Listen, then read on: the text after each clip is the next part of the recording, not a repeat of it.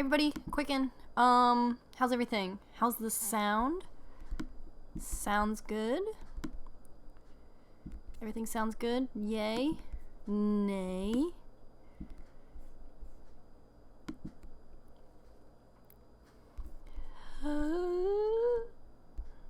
Let me get all my windows in order.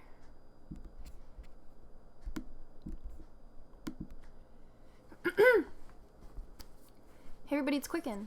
I know it's been a very long time since live streams. I kind of thought tonight, I would bridge that gap, I guess.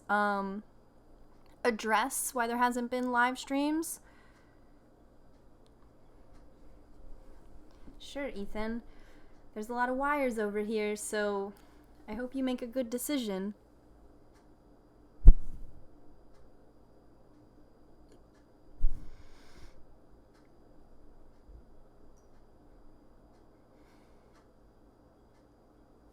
Anyway, hopefully he doesn't knock over every single thing I have balanced right here, which is a lot of stuff. So I know this is an opportunity for me to look at the live chat, talk to you guys. I guess I just wanted to... He's such an angel.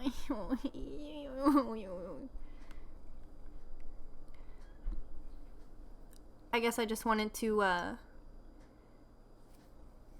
address that first. I'm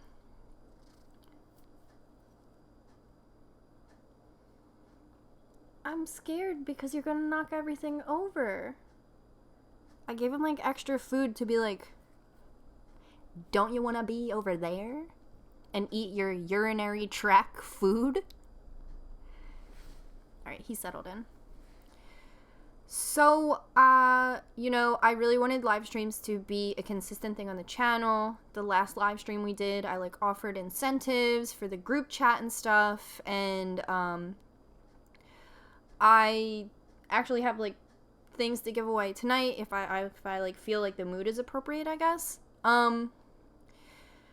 So I wanted to talk for a little while, and you're free to be in the live chat and stuff like that. I'm sorry if I miss anything. So over the summer, I was doing live streams a lot. I think the last live stream I did, though, was only a couple days before my friend Ryan died. And then between that, I just, couldn't do it. I just thought that I couldn't, stand up in front of a public audience, this vulnerable and, take anything that might come at me or, any question that might be delivered. Regardless of intent, I just thought that, I might be really upset. And I think something that I personally, I can't absolutely work on it because there's just things on the internet that you happen to expose yourself to. But I think when I had the ability to control it, I did not want to, expose myself to something that might hurt my feelings. And that's a challenge I face all the time because I feel like no matter what, there's this idea on the internet that you will be exposed to something and people will say, toughen up. But not everything I do or, even put out there is in the name of critique or in the name of argument or in the name of you should have done this better. But that's also, you put things in a public forum and that's how it goes. So after Ryan passed away, it was really hard for me to, want to even do this. And there's just so many, waves of things that happen, after you experience death and grief. And, the live streams were kind of, one of them. And I can't even necessarily say why I associated them with him. There was a time where I did that disintegration live stream, and it was 4 hours. And I remember after the 4th hour disconnecting, texting him and being like, guess what I just did? And then, the very, very last time I ever saw him, he was asleep watching one of my live streams. And you know, I think it was just so he had a voice to be listening to when he was straightening up or like in his apartment. And it was so bittersweet. And I think I told you guys in my thank you video that I went back to see like what was in his queue, like what he watched on YouTube. Please don't disconnect any wires. And Joy and Pain, the live stream, was one of those like fourth to last thing he watched. And I don't know, I felt like I wanted my live streams to be this great way to connect with you guys. And I guess I didn't realize, like, in my own life, in my own personal life, like, I treat being a YouTuber so modestly. No, he's eating my gingerbread! That, I don't know, I never, ever thought I was cool enough to hang out with Ryan. So, that being my own problem, yeah, I don't know. So then, even like last week, I was feeling like a lot of doubt about being a YouTuber because, like I said, my channel is based off of me. And I hung out with Logan today, who I met, you know, through the internet. And he said, like, you are absolutely you. And you are the person I'm hanging out with right now. You are also that same person in your videos. And that's crazy. Like, if I was acting, if I was faking it, it would be so much easier to be like, that's Quicken, but I'm Amanda. But there is no middle ground, so the critique comes to me. And not calling what happened last week critique, but I got a little distracted. So I think it was challenging for me last week because I was like, you know, you put yourself out there, you created this content, and you hosted a conversation that was given to your audience. Over 100,000 people had access to this, and that's just, sorry, over 100,000 people had access to content that I produced and put in a public forum. And when I wanted to take it back, and when I felt regret and all of that stuff, like,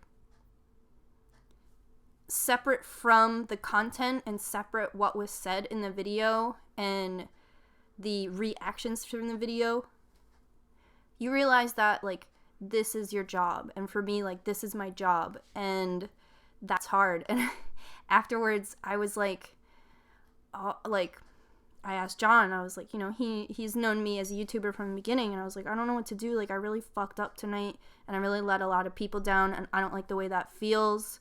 I really let myself down, and I didn't go with my gut, and I just, like, wanted to produce content, and I'm like, this is a deeper issue. This is, like, that I'm not focused, and that I'm lazy with my content, and this is such a reflection of a deeper issue that I have in my own mind about, like, accepting lazy content instead of, like, focusing and, like, waking up early and making videos, blah, blah, blah, blah.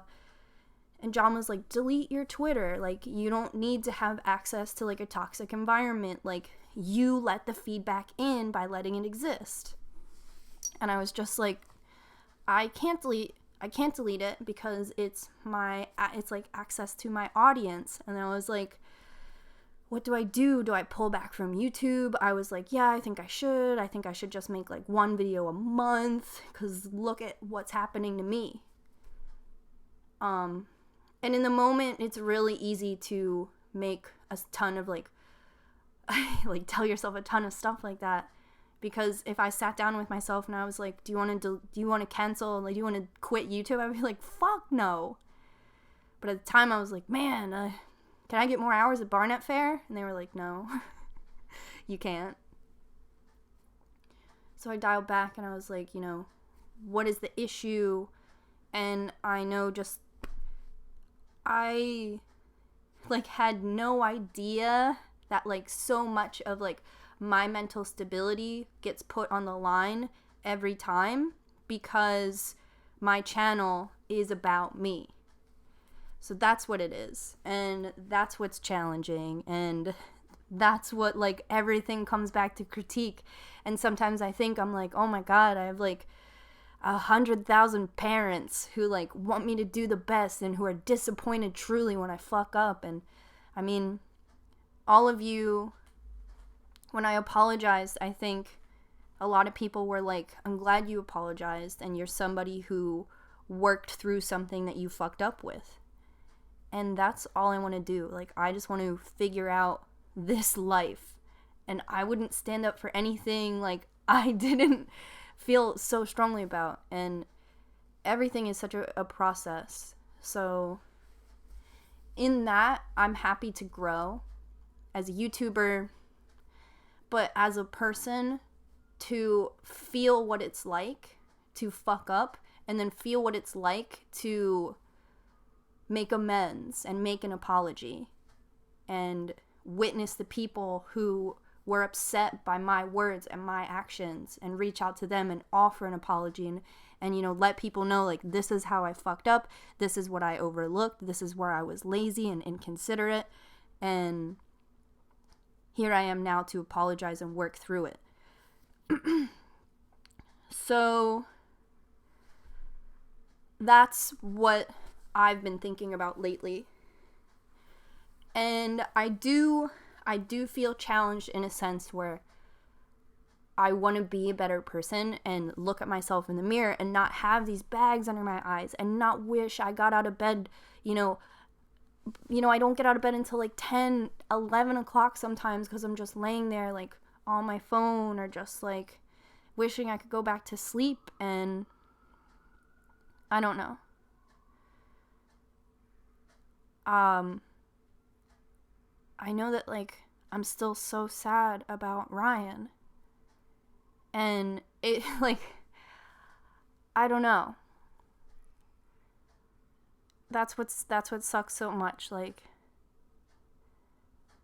you can't, like, if I had a job, like I was telling Mark Lanky the other night, I was like, you know, I have this fantasy where I get a job at Rite Aid and I just work at Rite Aid and I get to wear a uniform and I don't have to be quickened, I don't have to be Amanda, I don't have to talk about what I like or what matters to me. I just clock in and go to Rite Aid and stock shelves and then leave. And I was like, that's my fantasy, because like I spend so much time figuring out who I am on a public, like insanely public platform. And I'm like, man, what a leisure to just work at Target again and have a little discount and look at all the things I like every day and just like go home and then I get to be myself. Now, I turn off when I'm asleep, and in all that, you know, I have to process and function at the speed of light, and I never get to think about humanely what to do about my feelings about Ryan, and it's so bad. Every person I hang out with, everything I see and witness, I'm just like, oh, me and my friend, like, me and the handyman, like, me and Ryan, like, every single thing is about Ryan, and I don't know. Tonight, Logan and I were talking about dating, and I was like, I feel so challenged in this aspect, because I feel like, people have like fear of missing out, and people, they don't want to like get to know you because they might want to get to know somebody else, or they're already getting to know like 5 people at a time. And I was like, it wasn't about like, I don't know, I just like felt like when I had a best friend, like I didn't feel lonely. And when I spent my time with somebody who it wasn't about us like doing the most, it was just such a comfort to me. And once I lost it, that's when I was like, oh, what is going on, and what am I doing? And I was so afraid that like, I don't know, like, did I want to talk to John again? And like, did I want to talk to people in my community again? And I don't know. Like, there's a girl at my work who's on Tinder, and like, that's like the thing she does for fun. And I'm just like, I'm not sure if I'm like willing to consume people at that rate.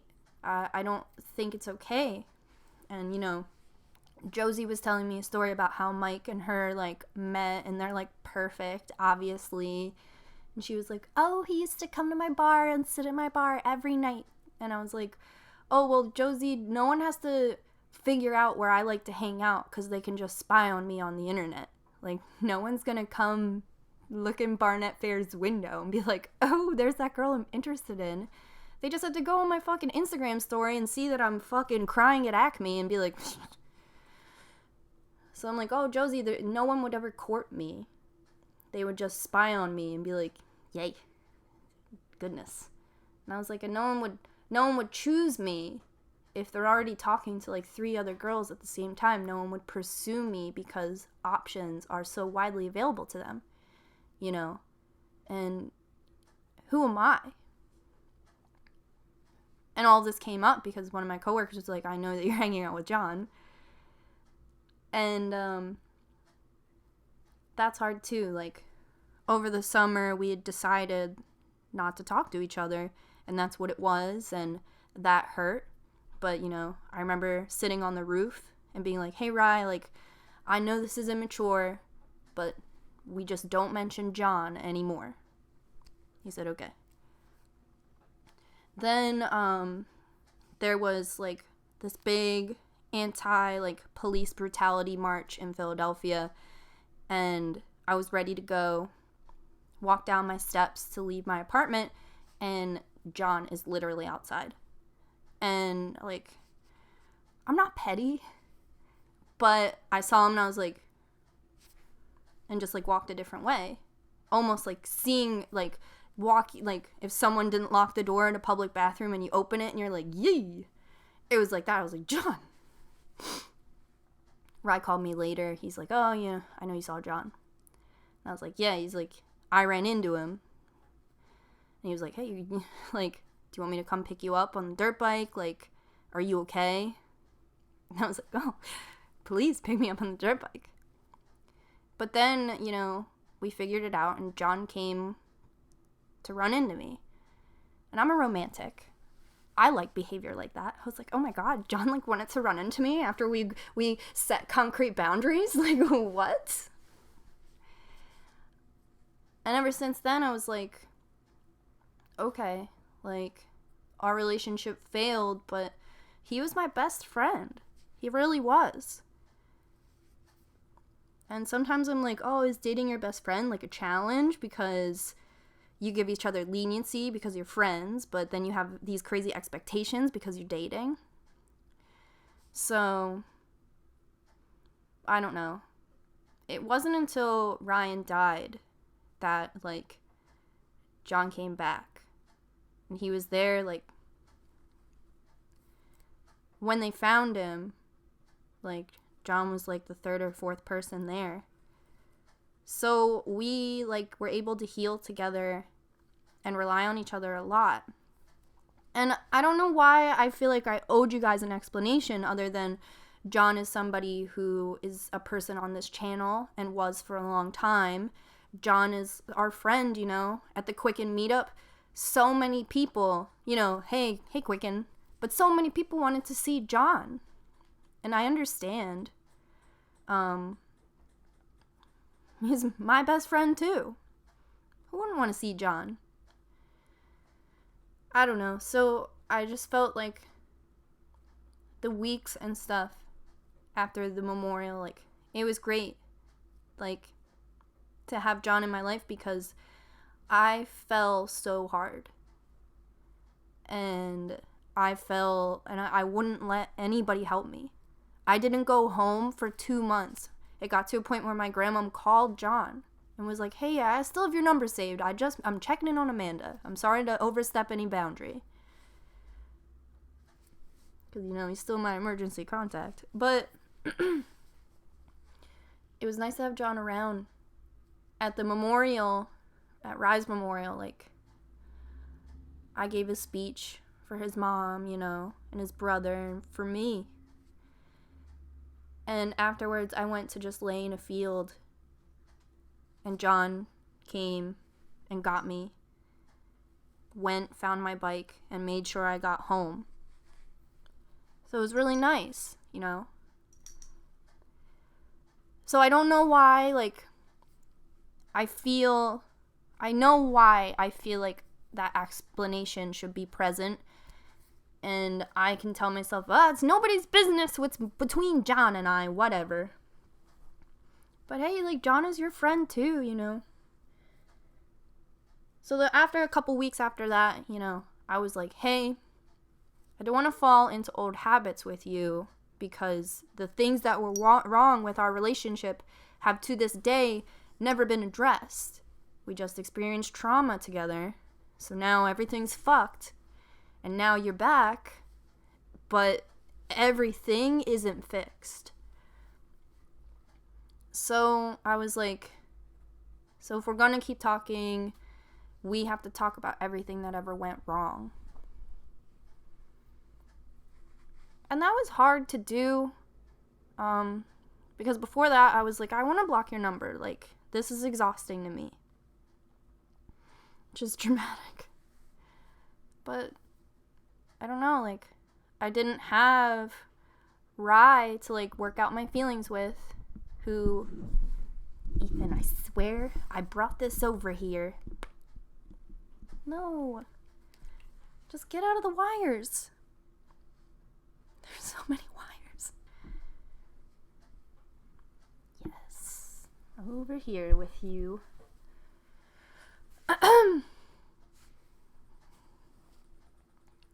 So, anyway. So if you see John and I hanging out, we did have some serious conversations about, what hurt me and, expectations I had of John. And, we got comfortable in the relationship and never took time to be like, hey, this bothered me. Or, I never took time. Well, I don't know. I'm somebody who definitely likes to talk about stuff and talk about how I feel. And a lot of times I feel like I didn't want to rock the boat because I lived with John's parents and I lived with John. And when I moved in, it was the peak of our relationship, whatever. And after that, there was just so many things where I was like, oh, well, I'll let this go. And, I do all the laundry, and I clean the room, and John said he'd be home by 10, and he's not, and all this stuff. But, is it really the biggest deal? And I did that for, 5 years. So it got to a point where I had such a low expectation of him, and the bar was so low that, I don't know, he just, even, for my birthday this last year, Rye took me out. And John was, on his phone. And, Rye got me a cheesesteak, which, you guys know, if you had to guess one thing I wanted,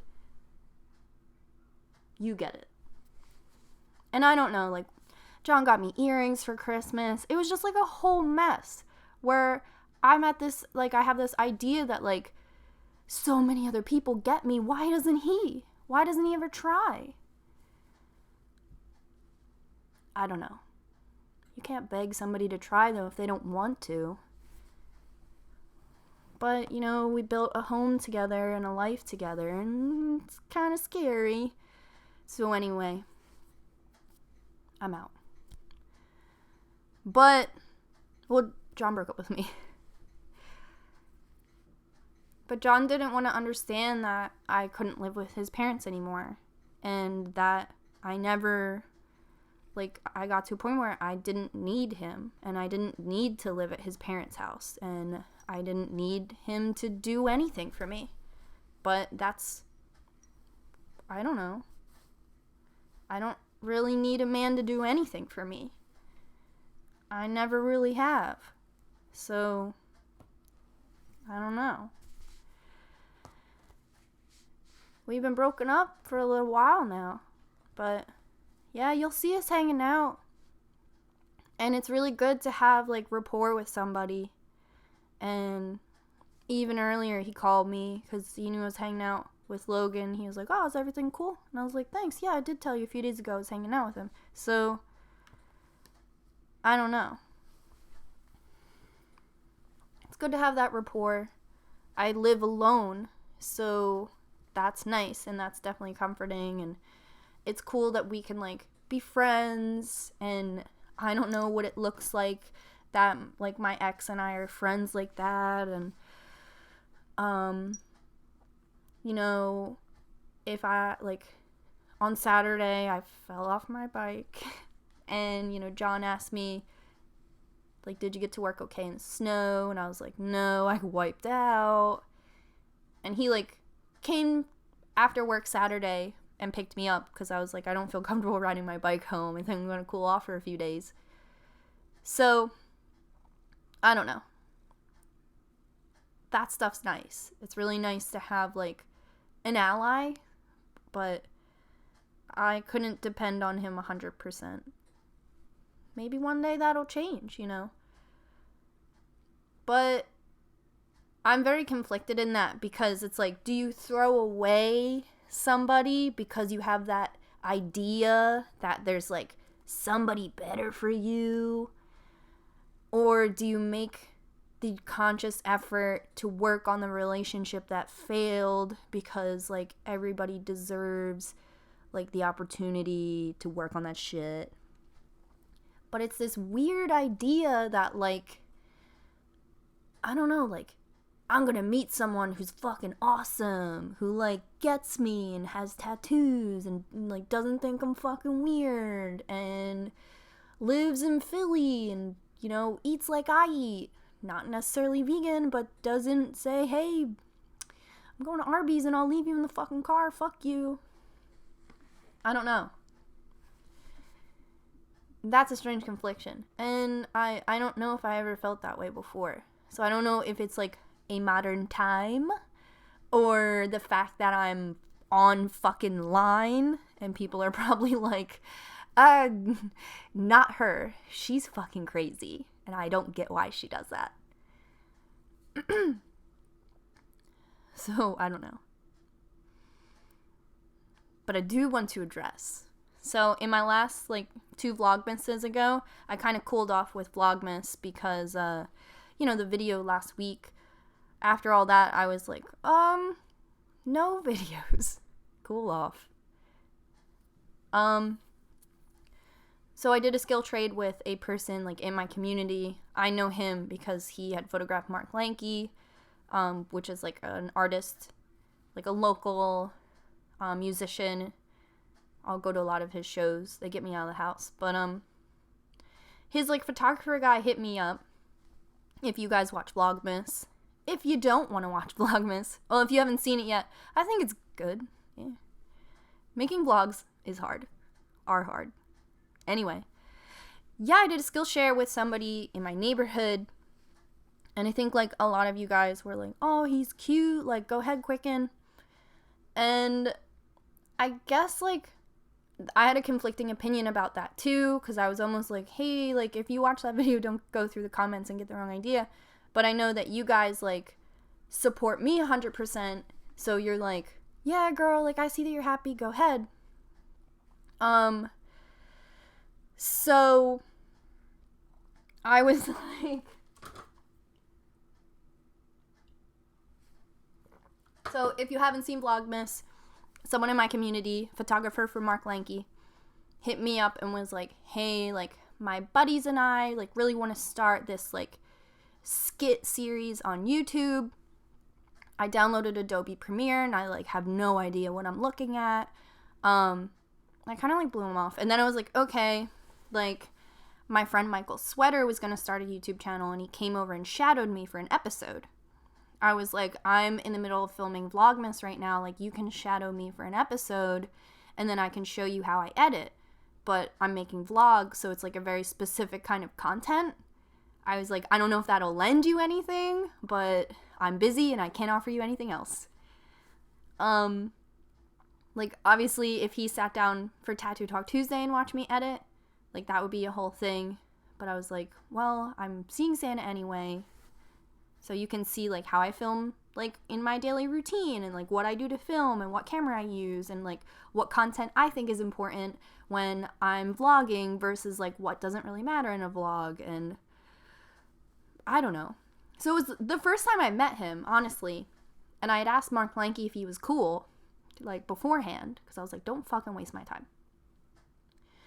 So we did a skill trade, and I don't know, I like even asked Logan, I was like, did it seem like we were flirting? And he was like, no, that's what it's like to hang out with you. And I was like, yeah. So I guess I just felt bad like having him see those comments, because I don't know, like, one, if he really contacted me because he was trying to hang out like on that shit and like had me teach him like some beginning stuff on Adobe Premiere, and like I hung out with him all day and paid for those fucking photos from Santa, that shit was expensive, dog. Like I don't know, I would feel bad. Like I would feel like somebody in my community like took advantage of me and like my kindness because they were trying to like kick it with me but like didn't really know how. So they were like, oh, that John's like a YouTuber, like let me pretend I want to start a YouTube channel. And like people do hit me up and they're like, I want to start a YouTube channel, can you help me? And then they never ever ever do. So I would just feel really like icky if that was the case. So I don't know.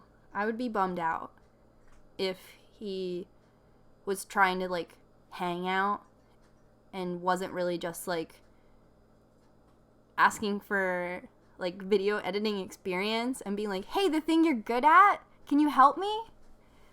I don't know. So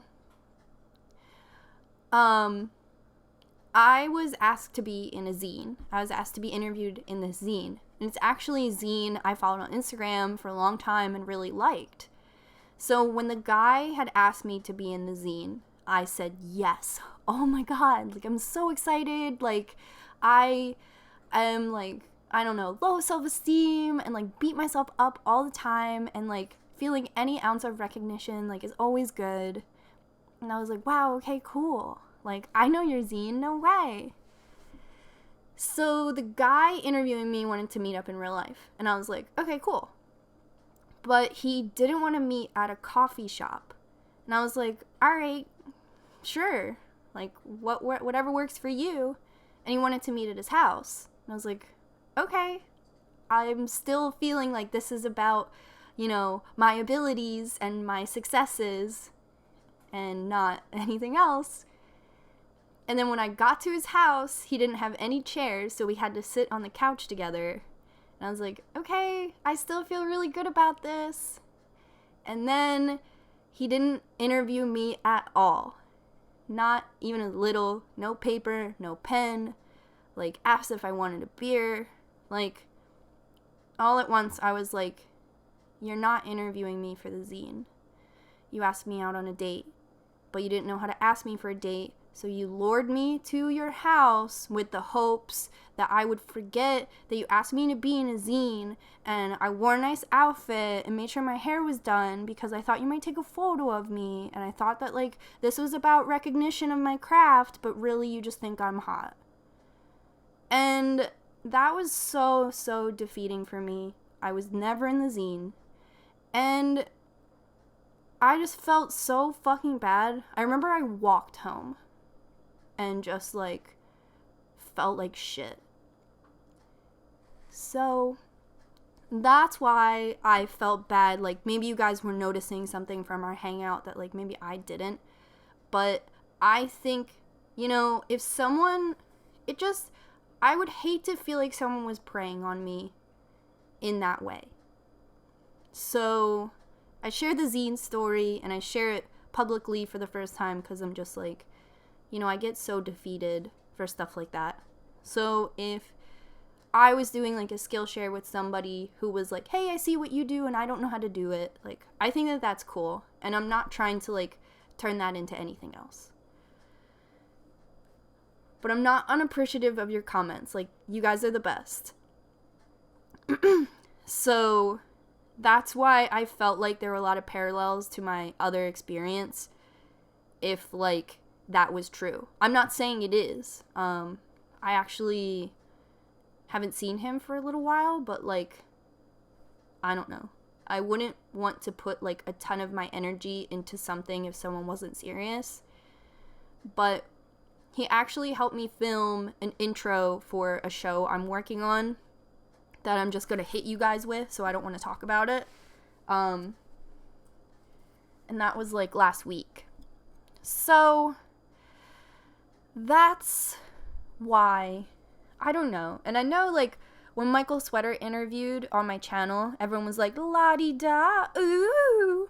And I was like, Michael Sweater's been dating the same girl for like 10 years, and she's the most talented illustrator I know. So please don't make her feel weird about me. That would be awful. I love her. Sorry. Anyway. That's how I feel about that. That's how I feel about online dating? I don't know. I'm not saying it would be the worst if somebody approached me and they were like, hey, can you help me, like, with social media? Then we hung out, and I don't know. Like, I don't know what my ideal understanding of that. Like, if the guy from the zine actually interviewed me, and then I was like, you're cute, and he was like, you're cute, you know, but that's not what happened. So yeah, I'm a little sensitive about that stuff, but I feel like when you're a lady in the scene and then the scene only novelizes you as a lady, then it's just really disheartening. So that's how I feel about that. I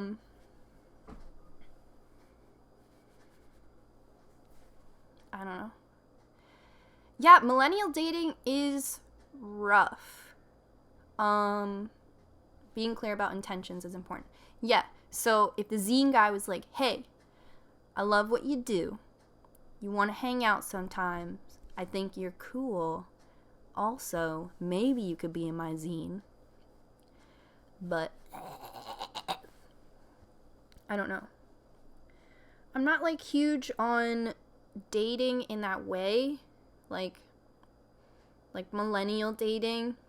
Over the summer, like, Josie set me up on a blind date that, like, I really hated. And I also went on, like, a few dates with one of Chelsea's friends, and we, like, really didn't hit it off. I don't know if it's me. But I met John on Instagram. So I don't know if, like, being Quicken, like, that's too far gone. I have no idea. But anyway. Yeah, the blind date was, like, crazy. I didn't even, like, lock my bike up well. I was like, this'll go terribly. I only locked my frame to, like, a stop sign. I think I had a beer with him, texted Rye, and was like, are you watching anything cool on TV? And then, like, came home. I don't know. That was better. I don't want to be on a blind date. I just want to feel comfortable in my skin and the people I'm around. And I don't know. That's how I feel. I hear stories from, like, Josie and, like, other people at my salon who are married, and they're like, this is how I met my husband. And I'm like, that's not how people date now. That would never happen to me. No one would ever do that. I don't know. No, I'm not set. I'm not like, it says, do you really feel like you need somebody? No. But here's what I've been thinking a lot lately. I feel like because I live alone, I spend so much time by myself, whereas there used to just be a feeling of like companionship like here. And like I used to say it felt like Rye was my roommate because we were always together. And now I just absolutely feel all alone. And it's hard because there's so much bad energy trapped in my apartment because I was sad about the breakup. And then, you know, I kind of got over that. And then Ryan died. And this is where I mourned him. Like, I used to say, I don't want to be sad in my apartment about John. But this is 100% where I grieved about Ryan. And I have this long-standing joke with Kaylin. She works at Barnett Fair, that I'm going to move into her house. And now I'm kind of thinking, like, my lease is up in, like, April, right? And I'm like, okay, I can renew the lease. I live in the apartment again. Be better. Put better energy into this apartment. Just feel better. Or I could move into Kaylin's house. She has 2 roommates now. You know, by April, I can be like, hope nothing bad happens. Move into her house. And even if I don't hang out with her all the time, just know that someone lives there. Being able to just get out of the room and be like, hey, does anyone need to go to the grocery store? I'm about to go. Or like, hey, like, what are you making for dinner? Can I have some? Or just like, I went to Kay's house over the weekend and just sat with her while she got ready. And that's something my old roommate and I used to do. Like, my old roommate used to just, like, sit in my room while I was getting ready and just, you know, like, kind of touch my stuff or, like, paint her nails. And, you know, Kay and I just, like, talk shit. And I kind of, like, was like, maybe don't wear that. That would look better. You know, what do I know? Kay has, like, such a different fashion sense from me. But, like, I felt very good to just, like, talk to her. And something was wrong with her toilet, and I knew how to fix it. So I think about, like, maybe I'm just somebody who has to live with roommates. And roommates who I trust and like, you know, versus, like, some Craigslist roommates. Like, roommates I feel safe with. And, like, Kay's boyfriend lives with her, but I actually really like him. The wires! Ooh! So I feel like living with a couple, like, wouldn't bum me out. And even, like, the vegan police skit on my channel, like, cringe or not, Kay and Rory were supposed to help me film that. And I feel like if I lived with somebody, I could be like, yo, can you take a picture of me real quick? I gotta go.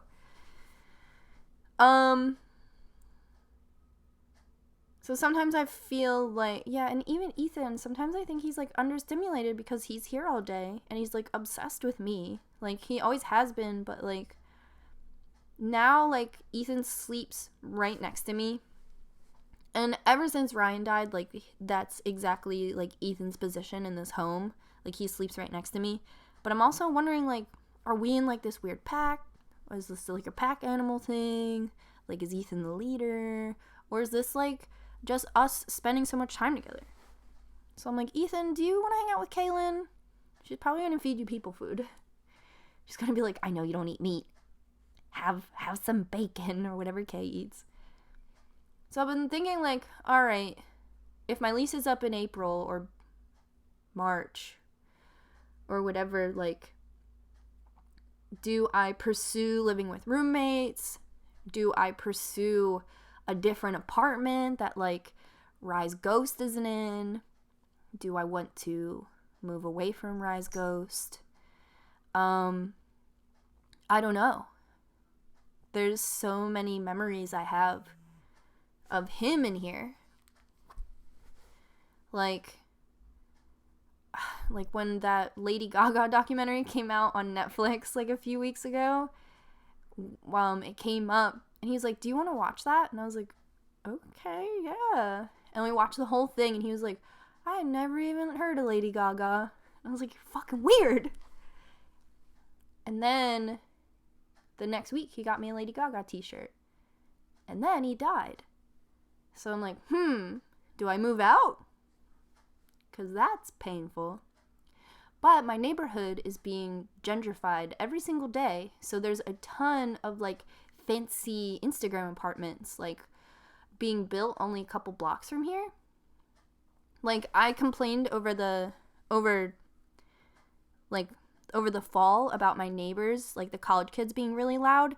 That building didn't even exist when I moved in. They built that shit from the ground up, and then they put a bunch of college kids in it. I don't know. I could get a bigger apartment, live in an apartment, like, complex, which might be cool, because I might, like, see people. I'm familiar with the people who live in this building, but this is just a big house that was turned into apartments. So maybe, like, living in a very, like, fresh apartment complex could be cool. But honestly, the way I am, April's gonna come and I'm gonna be like, fuck, I didn't think about it, and just renew the lease. Like, that's when I know what'll happen. Like, I don't know. Do I want to live with Kay? I'm like, oh, well, can I be a YouTuber? That was a big confliction. Like, can I be a YouTuber and also live with people? Because if somebody is, like, having a party, or somebody, like, is, like, hungover and doesn't want to, like, hear me talking and stuff, or anything like that, like, I feel like I would have to create a schedule that works around everybody, and I would want to be a courteous roommate.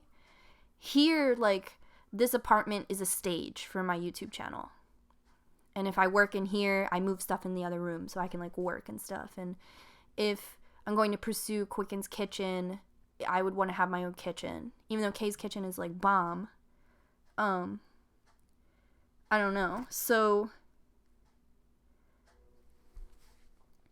that could be cool too. I also would have to hope that Kay's roommates move out, and that's, like, an evil thought. Or John and I work out. Like, it's a lot to think about. I don't know. I feel like, could I consider buying a house? I don't know. Like, Kay bought her house while she was single. Kay owns her house. And she was like, I don't fucking care. And bought a house. I was like, alright, Kay. But, I'm not, like, financially secure in that aspect. So, I'm not sure. I'm thinking if I get better with my YouTube schedule, I could think about getting a better apartment, maybe a little bit bigger, so Ethan would have more space. John adopted that other cat, Ponyboy, and one of the big factors of, like, the reason I couldn't take Ponyboy is because my apartment is so small. A little upgrade, get another cat.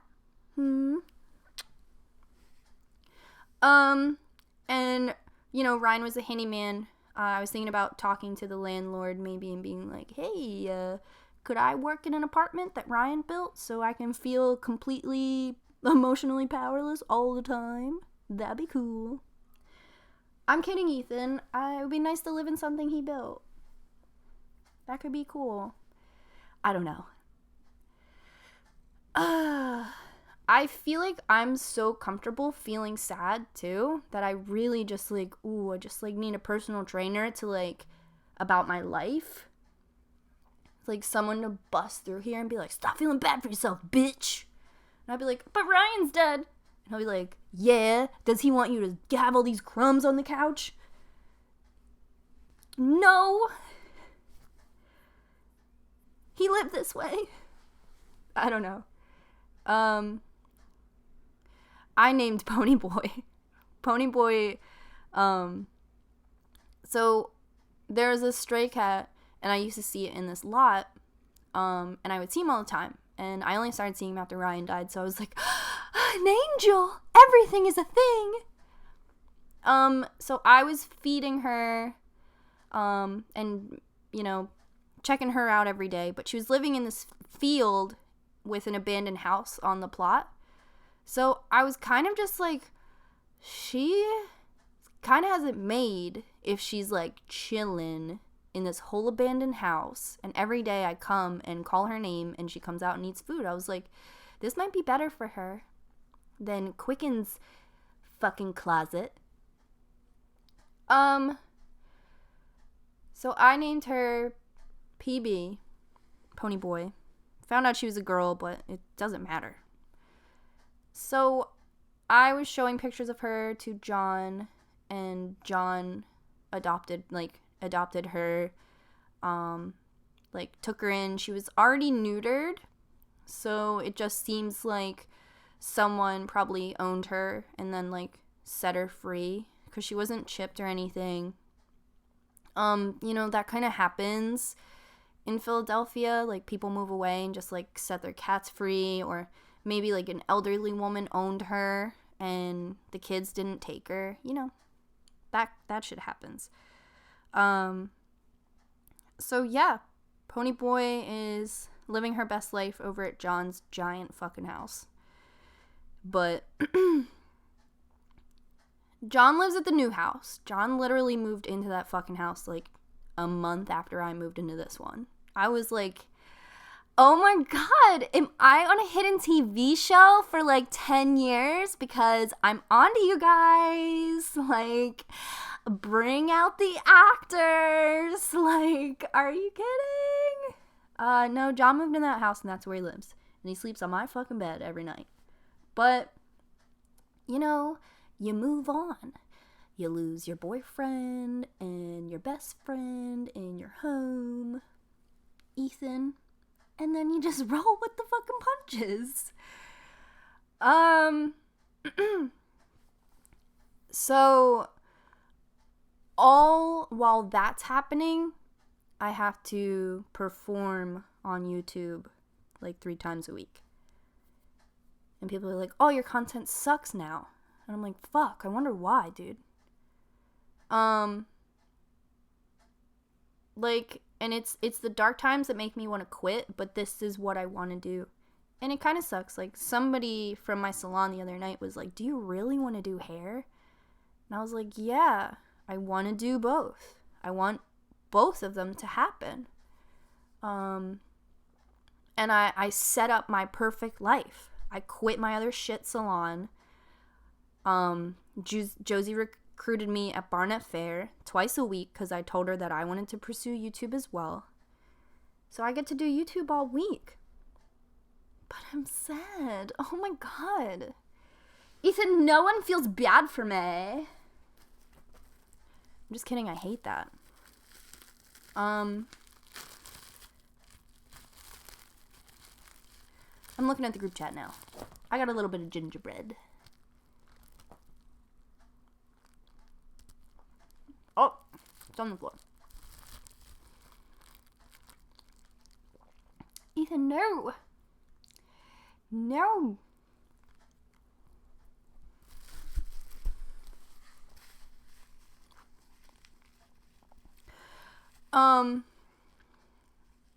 The gallery wall's going well. Like, I don't know if you guys remember this, but I do. So I have this hoodie and I'm going to do a giveaway right now. So a company sent me this hoodie and there's nothing wrong with it. I just already have it. So this isn't sponsored. This was sent to me and I was kind of like, oh, dope. I can't take it, but I'll pass it along. So it's this hoodie and it says expensive skin, like as tattoos. And it's really soft. I mean, like, soft hoodies are. But it's kind of this, like, thin, fitted hoodie. So it can, like, be your outfit.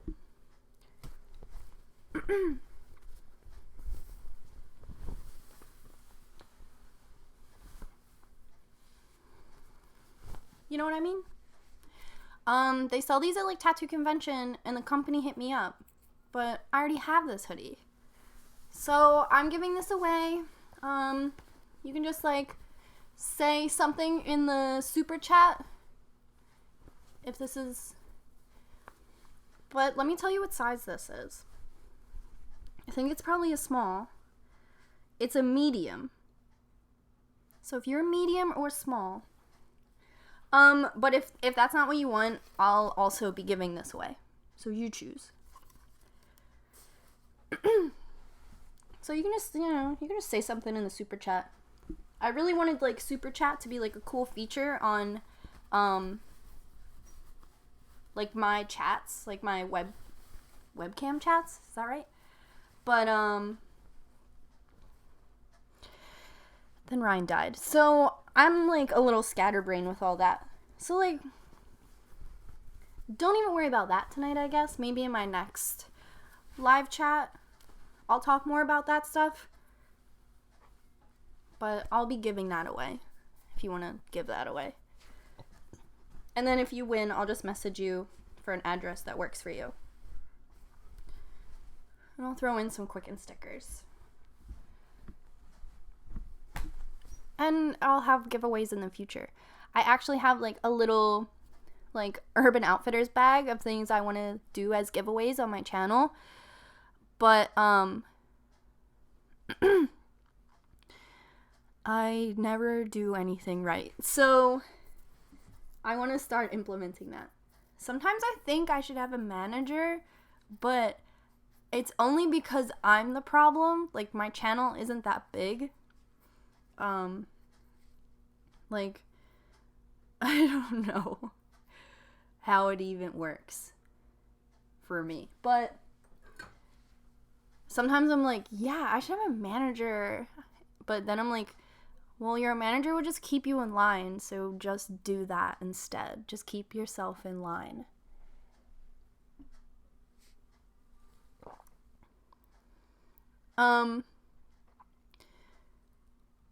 So I'm going to read the group chat a little bit. So if you said something earlier, I didn't even look. So, like, I was kind of just, like, explaining how things have been on the channel earlier, so I wasn't really looking at the group chat. So definitely, like, if you said something in the group chat earlier that you wanted me to see, say it now, I guess.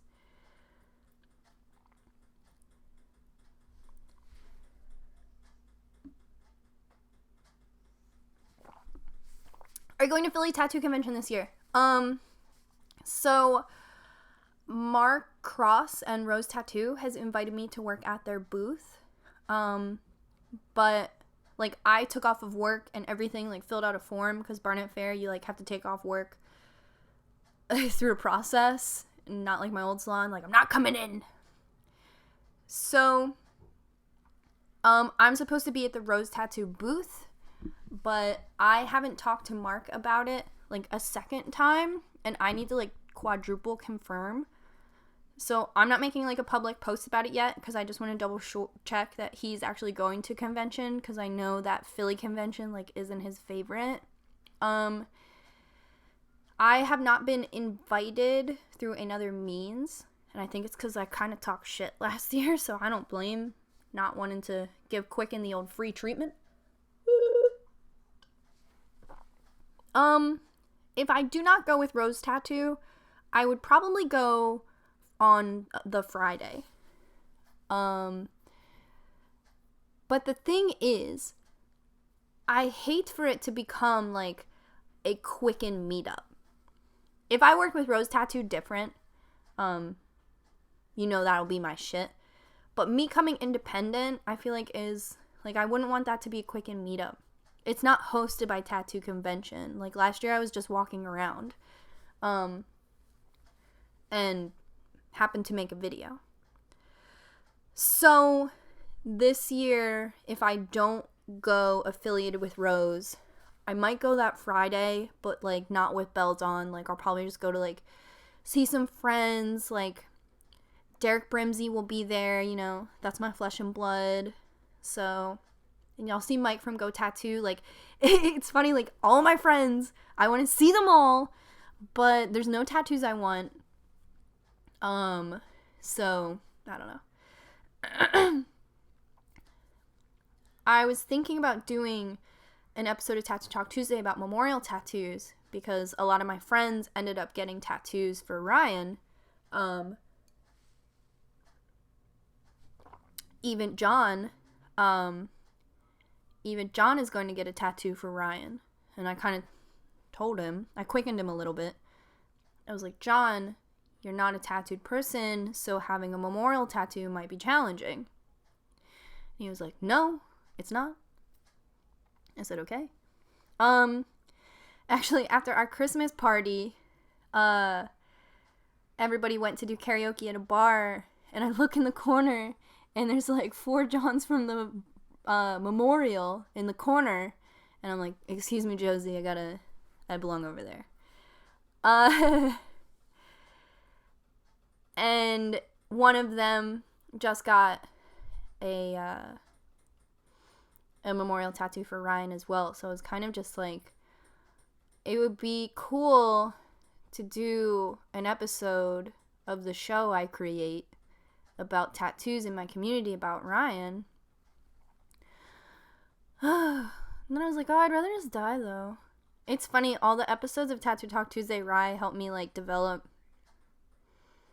and I wore that fucking Lady Gaga shirt. I don't know. So I think that would be cool, but then you overexpose everything, and everyone in the comments will be like, how did he die? And I'm just like, oh, fuck. Right under our noses. I might get over it, though, and I might make that episode, though. It's funny, like, not funny, but I did the cremation tattoo episode of Tattoo Talk Tuesday over the summer, and in the video, I say, like, I have never experienced loss, so I do not know what it's like to want to get a tattoo with ashes in it because I don't know. No one's ever died. And then immediately, like, the hour after Ryan, I was like, I gotta get a Ryan tattoo. I gotta get the fucking tattoo. Ryan had a scar right here. I was like, I gotta get the fucking scar. I gotta get that. Gotta get that tattoo, and I gotta get this, and I'm just gonna get a big capital R, and I'm gonna get handyman and on the inside of my foot, and I'm gonna get this and that, and I'm going to write his name on my Vans, and I'm gonna do this.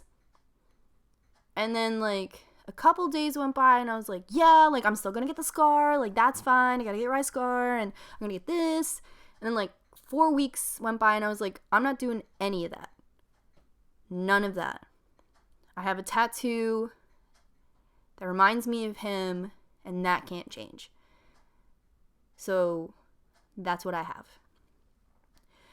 So definitely, like, I can see the first couple days, like, that's when all of our friends got them too. And I love them. Some of them are amazing.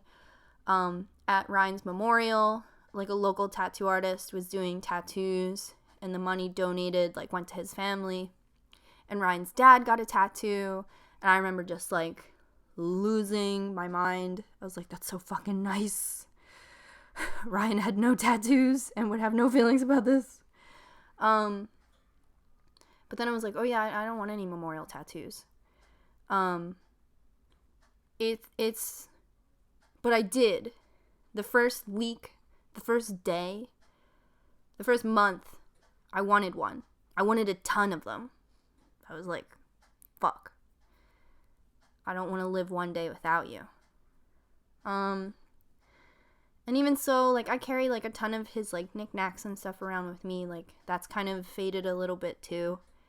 So memorial tattoos, it's a really interesting thing. But it's not fair. I, like, don't want to, set my experience in stone and be like, I wanted one. And then I kind of wanted one, and then I didn't. Because I feel like people will think I'm telling them what to do, rather than just, like, sharing my experience on, like, experiencing loss and wanting the tattoo. And nothing specifically made me change my mind about wanting the tattoo. I just, in the beginning, I thought about it a lot, and I was planning, like, going through the planning process. Like, all the gears were turning the way they normally do when I'm thinking about when I'm inspired and then want a tattoo. Like, all the symptoms of that were present. And then that feeling and that thought process just like kind of faded. And I don't know if it's because like other things came up, like the memorial actually came up, and like writing his speech, and then just like other little things, the mural that they're painting and stuff. I don't know if just like my mind was occupied in a different way where I like didn't want it anymore. But I kind of felt like I just like figured out, like I said, like I have tattoos that already remind me of him, and there's not one day I don't talk about him, so I don't think that his memory is very absent from my life in this moment of time anyway. So I don't know.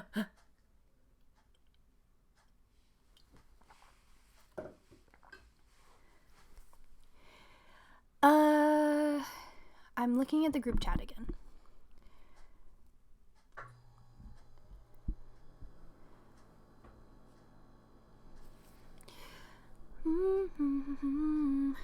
Open up my eyes, this is my son.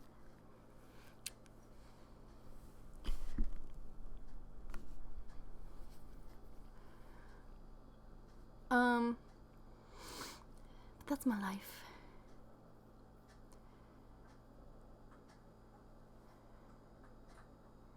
Thoughts on H3H3 nut neutrality. Ooh, can I say that here?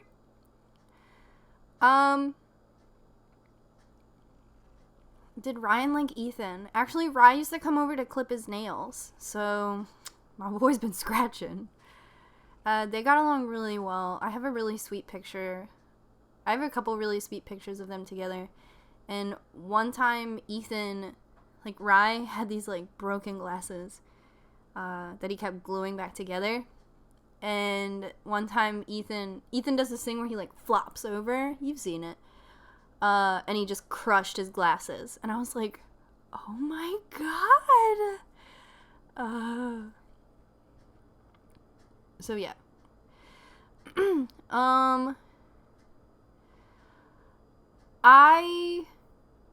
I don't have any feelings about nut neutrality. Net neutrality, I mean, I'm really scared, you know? I like, one of the things I feel so defeated about is that I feel like there are so many things happening in my life already fucked up, and then someone's in my ear, like, also you might lose the internet. So I'm like, fuck. I don't know. So it's something I'm obviously, like, really stressed about. And all I want is one less stressor. So please, like, if that could be repealed. A couple of states are suing the FCC to repeal net neutrality, and Pennsylvania is one of them. So I'm hoping, because Pennsylvania has already outwardly opposed this, that I might be allowed more freedoms in my state and more options for protest and stuff. Philly normally holds like a lot of peaceful protests, so with my ear, you know, out there, that will be something something I'll definitely do. So I don't know about that.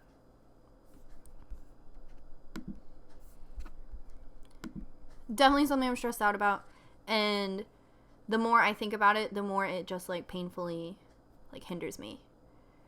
So I don't know. I do feel like totally hopeless. Like, in the H3H3 video, I had never seen the footage. There's like one chairperson for the FCC who gives this like nice and thoughtful speech about why she is opposed to net neutrality. And then the like main chair guy for net neutrality goes, "So is that a no?" And I'm just like, this dude is a dick. If he wasn't a fucking dick, it wouldn't be like so painful, but he's such an asshole. And I'm like, so this dude isn't just like some old man who just like doesn't know current times. Like, not that that's acceptable, but sometimes I'm like, Jesus, this old man doesn't know current times. But he's like talking about memes and is fully aware of the demographic that he's handicapping by fucking doing this, and it makes it so much worse. So I can't even fuck with him, because I'm like, this guy's a dick. If he wasn't a dick, it would be sad, but it just like freezes my core to know that it's so purposeful. Fuck. So that's how I feel.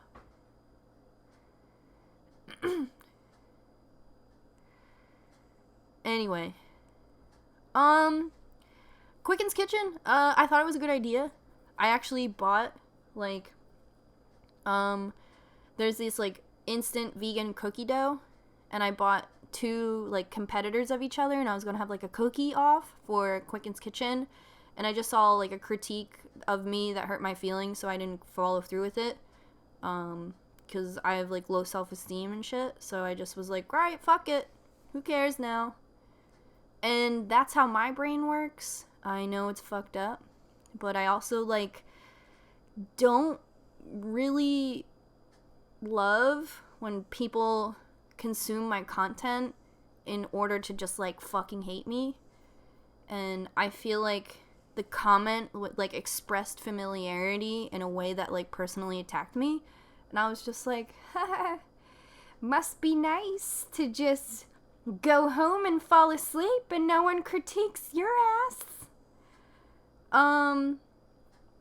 But I didn't have that privilege, so I just felt bad about myself, and that was it, and that was like a month ago. So that's where it went. That's it. And I know I shouldn't take it to heart, but how many years do I not take it to heart for it to start to fucking penetrate and fucking toxify my thought process and my ability to, like, think positively about myself? Because never. I don't know. So yeah, that was gonna be the first episode. Actually, over the summer, Ryan and I were making these, like, banh mi's that were, like, out of control. And we got all the ingredients for the banh mi at, like, an American grocery store. So I was like, oh man, like, I'm gonna steal Rye's banh mi recipe. That's gonna be on Quicken's Kitchen. I got 2 boxes of vegan, like, pantry macaroni and cheese, and I was gonna do, like, a cook-off of that. I got, like, some fucking turkeys and stuff, and yeah, I just felt bad for myself and didn't do it. And that's the reality of all this shit. And I'm like, oh, you dumb bitch, delete your Twitter, and don't let anyone talk to you, and that way you'll never be offended. And I'm like, yeah, but most people are nice to me. So, you know, that's exactly black and white. That's what happened. Someone said that my show would be shitty because I eat like shit, and that's where it went. So, can't wait to eat some microwave meals from Quicken's fucking ass. And I was like, nope, nobody gets them. Not you, not nobody. But that's me, man. How many years can someone critique you and you just say, well, fuck you, I'm doing my own thing? 2 years. The 3rd year, everything hurts and your friend dies. As a former meat eater, do you have any tips on becoming vegan? Yeah, I mean, as a former meat eater, the day I became vegan, I was sitting in a parking lot out front of the campus for Hamburger University, and I was listening to East by Joanna Newsom, and I just was like, somebody told me about veganism. I thought it was crazy. The moment I learned about veganism, I was like, that's fucking crazy. I had a strange epiphany where I was sitting there listening to Joanna Newsom, and I said, I don't want to eat meat anymore, but it's going to be really hard. I should just do it, though. So, like, I think the thing I usually say is do it with a friend. My ex at the time and I went vegan together. He's no longer vegan. And my best friend, I called her on the phone. I was like, I'm vegan now, bitch. You better stop eating eggs, motherfucker. So the three of us became vegan together.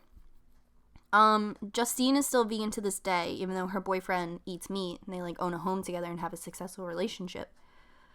But you just have to have that moment with you, Joanna Newsom, and God, where you decide you're not going to eat meat anymore. And you have to challenge yourself.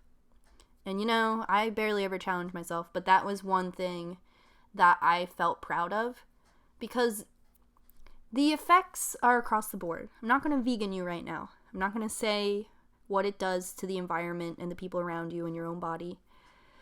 But it's just one of those things that you can feel good about if you do it. So that's why I did it.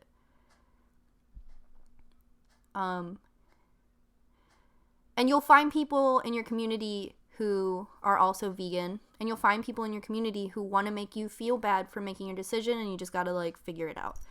Me, I go to this all vegan diner in South Philly. I try to make sure I go there a lot because I like the people who work there. I feel at home there.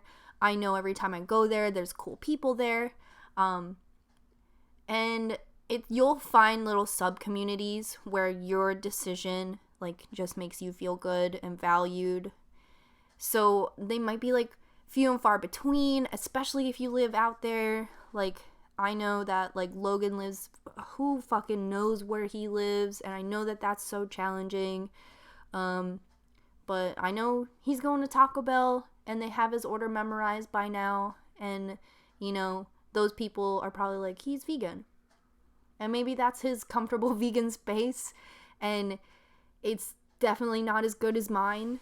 I'm not bragging. I'm just saying, you might not find, a diner where everybody knows your name, but I don't know. If you had any thoughts about it and you considered it strongly, you're eligible to make the plunge, because it wasn't long after I even learned what vegan was that I was thinking about it all the time. And why think about it all the time and not challenge yourself to do it?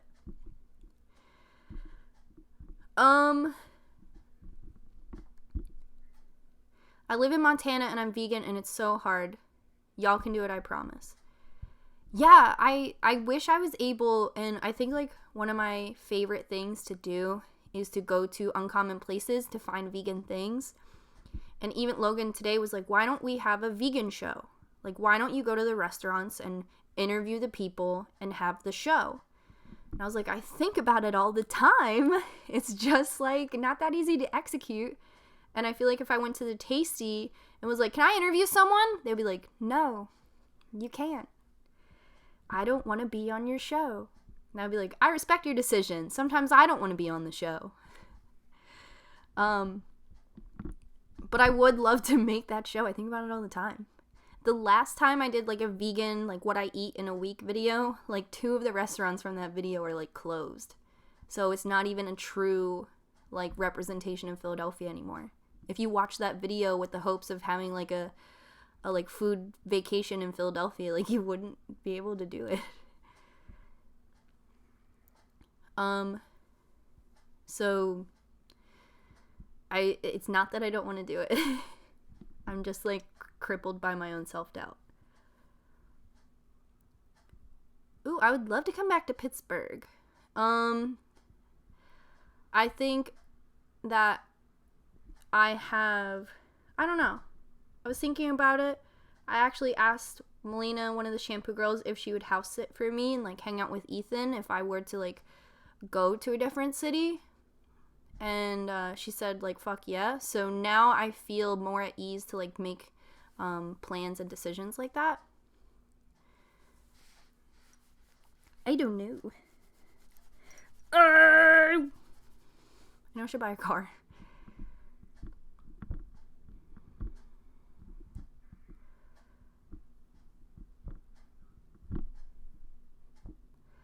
I'm reading the group chat here. It's not radio silence.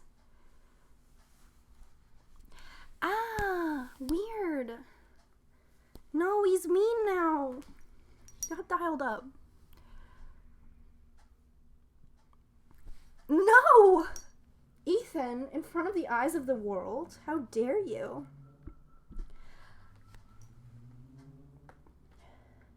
What changed? Alright, I won't go on vacation. You don't want to hang out with Malene? You don't want to let me go on vacation once? I told somebody the other day I didn't have a passport, and they were like,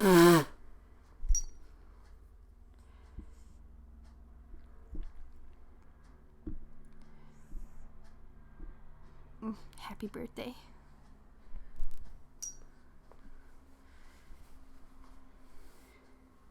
That boy does want attention. Phew. Weirdo. Freak.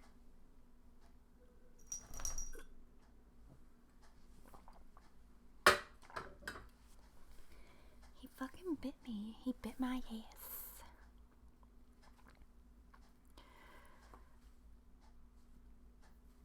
I failed at being vegan and I don't know where to try again. If you're thinking about it, just try it again. If you failed, like, consciously, you were like, fuck that, I don't even want to do that, then don't do it. But if you were like, man, I really disappointed myself and I'd love to try again, tomorrow you could try again. At any point. Literally, no matter what, someone has to be like, alright, start doing that. There doesn't need to be a build-up. Just... How are your grandparents? So I hope they're not watching this. I don't think they would be. I don't think they know how. I actually just got their Christmas present today. And I don't want to celebrate Christmas. I don't want to do. I don't know. But my brother hit me up over the weekend. He was like, Amanda, we gotta buy Bitcoins. And I was like, leave me the fuck alone. And I was like, hey, I have a really good idea for, like, Grandma and Pop's Christmas present.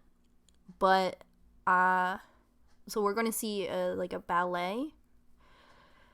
And I had this idea last year.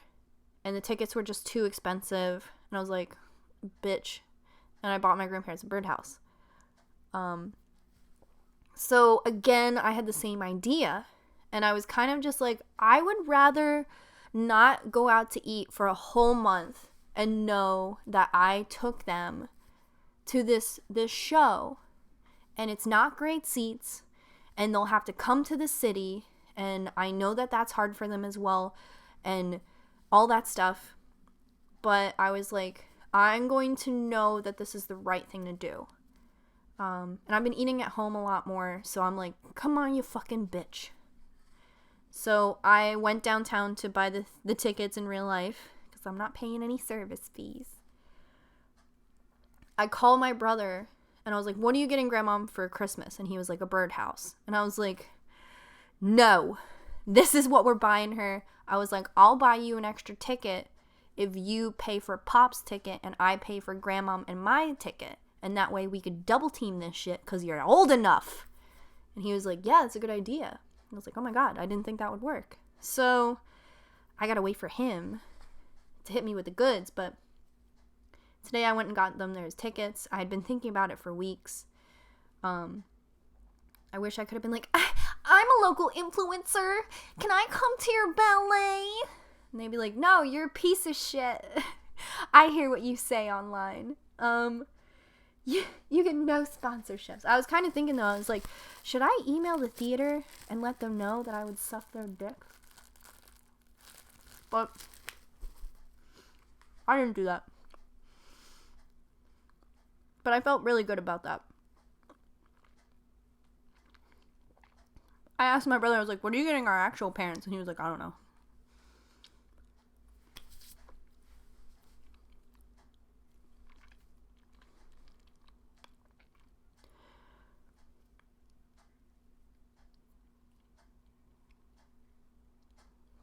Sounds like an infomercial. I hope it's good. I've, like, never really seen anything like that before.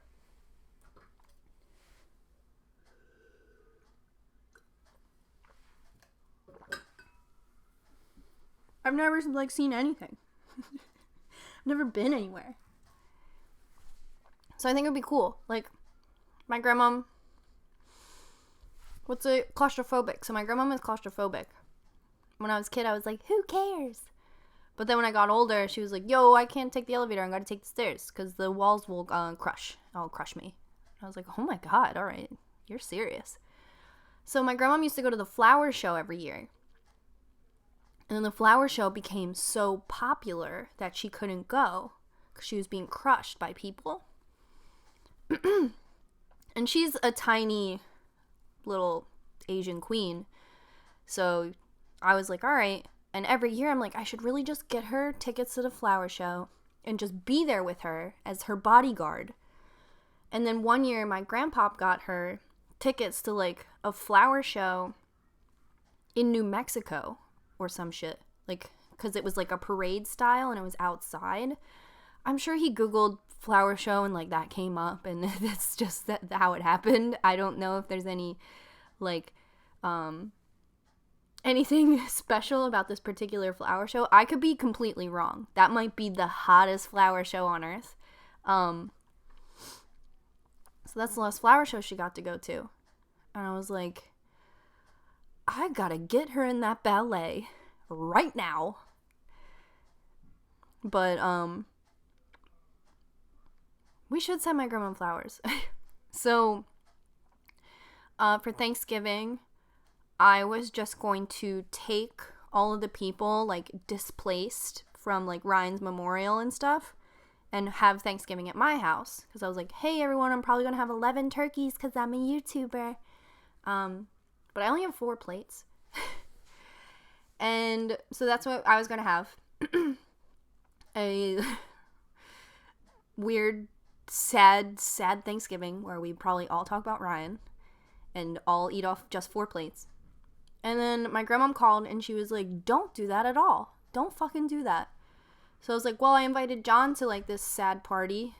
So she was like, all right, John can come to Thanksgiving. That's none of my business. So I bought John flowers to give to my grandma. I was like, this was your idea, right? She does love flowers.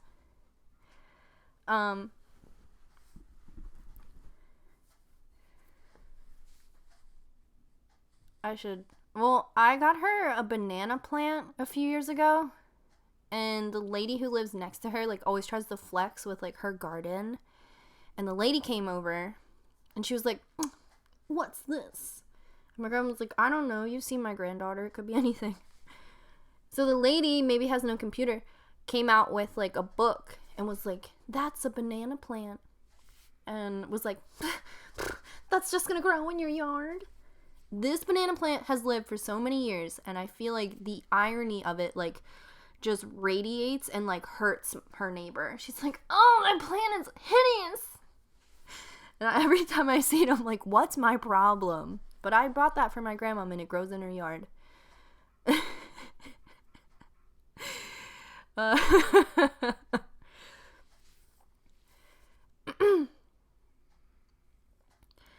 I don't know any Tagalog, but my grandfather can speak it. And when I worked at Reading Terminal Market, they came to visit me. And I'm pretty sure, well, he spoke to somebody while I was there. And I was like, Grandpa. But my friend Jeffrey, he was actually on the channel, like, last year. He messaged me the other night. And he was like, yo, you have to get your grandma to make you this dish. What did he say? I, like, completely forgot. I was like, I am not biologically Filipino. I don't know what's going on.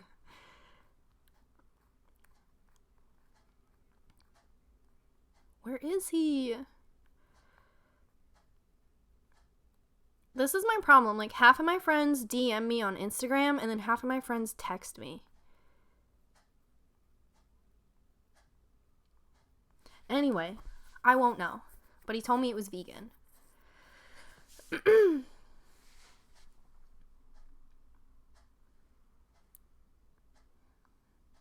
What is the most affordable neighborhood near Center City? Probably Chinatown. If you look at apartments there, it's really close to Center City.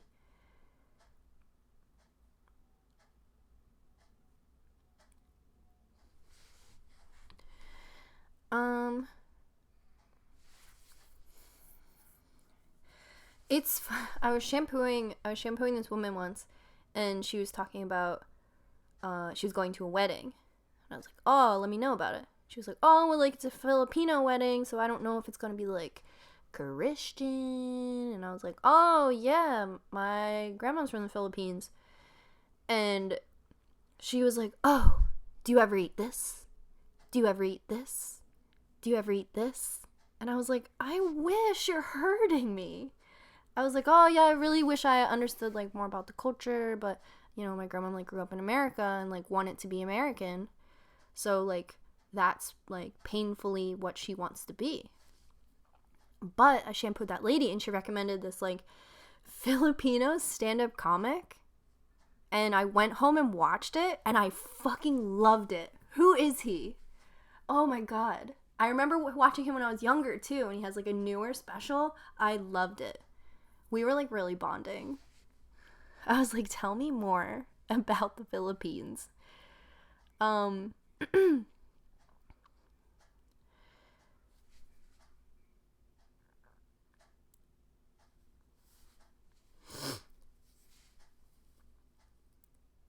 Yes, Joe Coy, so good. His recent special, I was like, yes. Because he talks about like his mom is like pointing with her lips. She's like, Joseph. And I was like, stop. I'm not allowed to like this. But I so did. I was like, yo, what a good recommendation. Thank you. She was like, do you cook your rice with a rice cooker? And I was like, yeah. What is going on right now? I'm so white.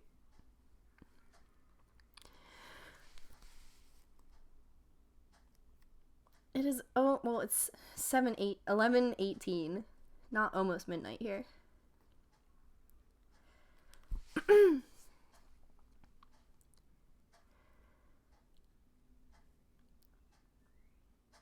I want to know more about the relationship with your real parents.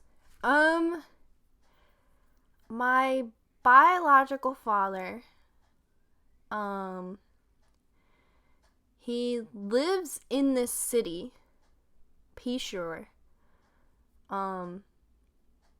He used to work at Walmart, and he doesn't work there anymore, because I was like, oh my god, I'm gonna run into him. Last time I went to Walmart, I ran into my brother's biological father. I was like, my life isn't real. I don't know much about him.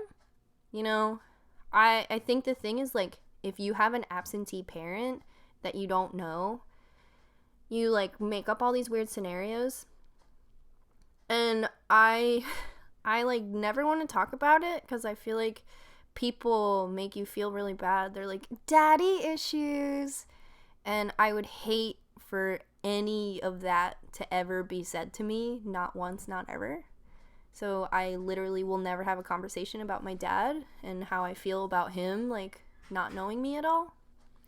I do have a fantasy that I get fucking rich and he finds out, and I feel really good about it. But, we all have that fantasy. Through my life, I've always been afraid I was going to run into him. And I have this idea of what he looks like, and, like, that he looks like me. And that he has, like, a big moon face.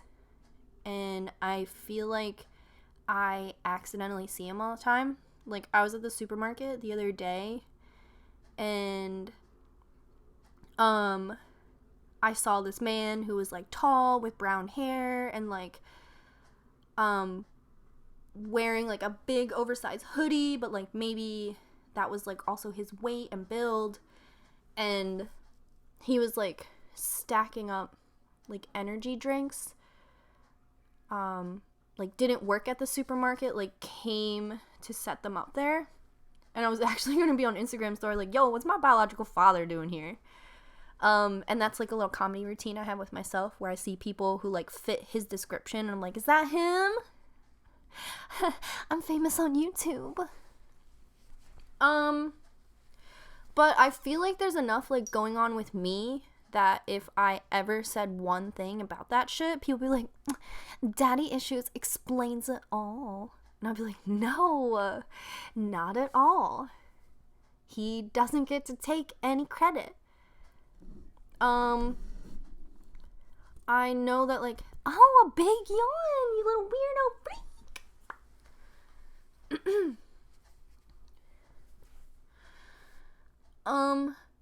But that's how I feel, and I know it's complicated for people to hear me talk about my family because, I don't ever call any of my siblings, like, half siblings or, like, step siblings or anything like that.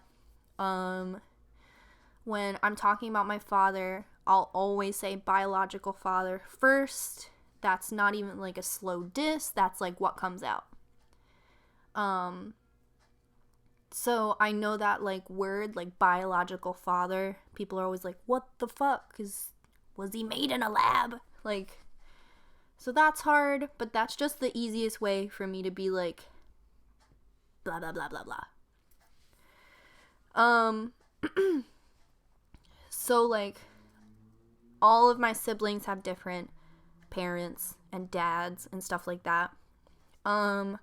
I have a pretty good relationship with my middle brother's family. Like, some of his cousins think I'm, like, his full sister, and that's not for me to decide. So whenever we, like, go to a block party, I'm always like, yo, I'm fucking here, full blood and shit.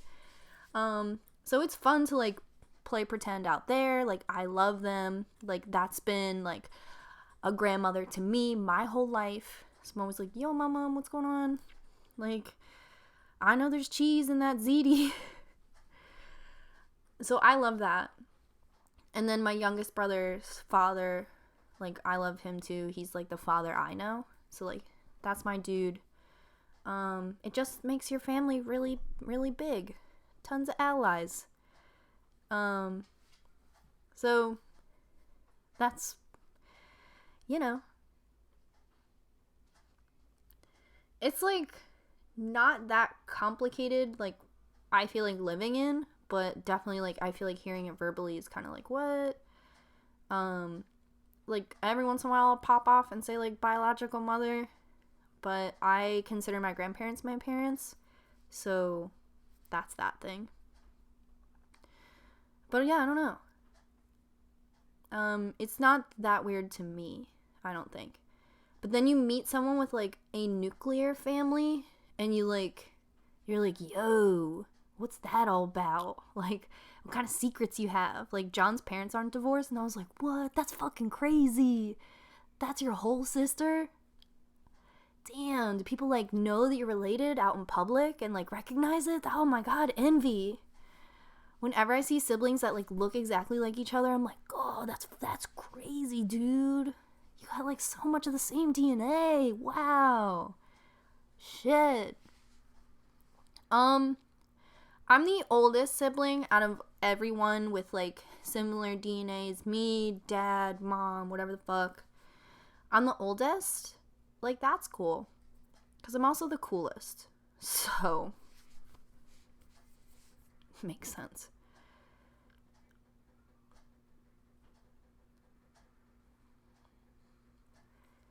I'm reading the group chat here.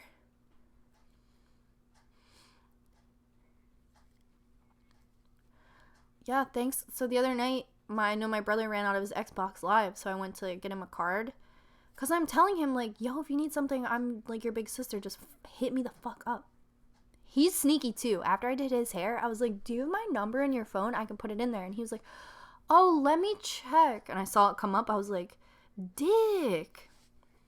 So I got him that Xbox Live card the other night. I didn't know what I was doing. You guys helped me out with that.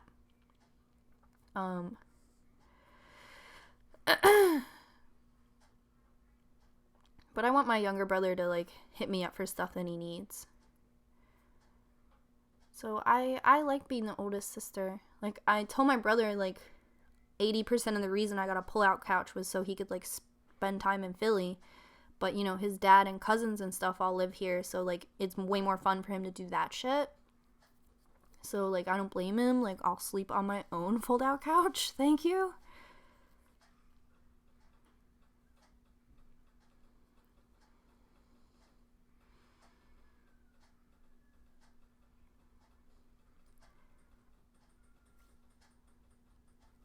How's your younger brother's hair doing? He called me a week later and he was like, when can I wash my hair again? I was like, whenever you want. Oh my God. But not that often because it looks good dirty. I would love to see a picture of him though. I'm like really deciding if I'm going home for Christmas. I don't want to. But I think I should go home a day early and like take my grandmom to church. Because like for the last 5 years, like John took us home on Christmas. It's like my grandmom's and we just like hung out. So this year I can either invite John to Christmas or not. But I was really petty like a few weeks ago and I was like, I'm glad we're broken up because now I don't have to go to Christmas at your parents' house.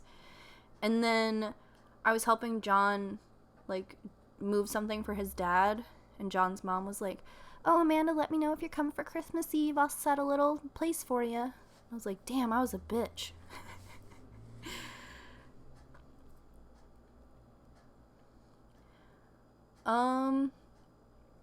So, what? Yeah, I hope my brother's hair is okay.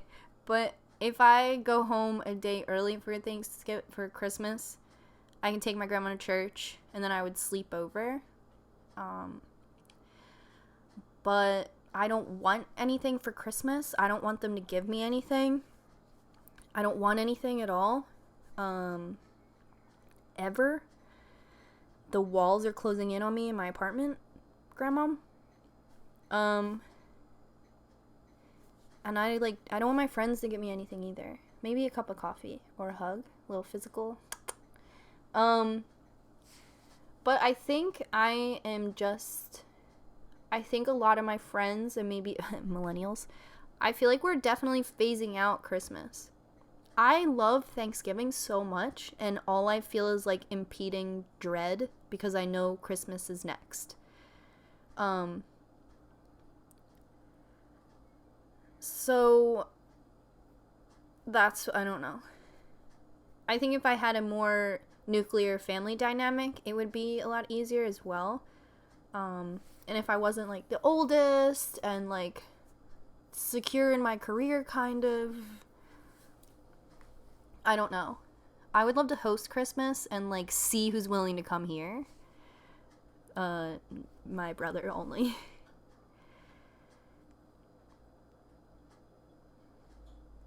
But I definitely have a hard time with Christmas.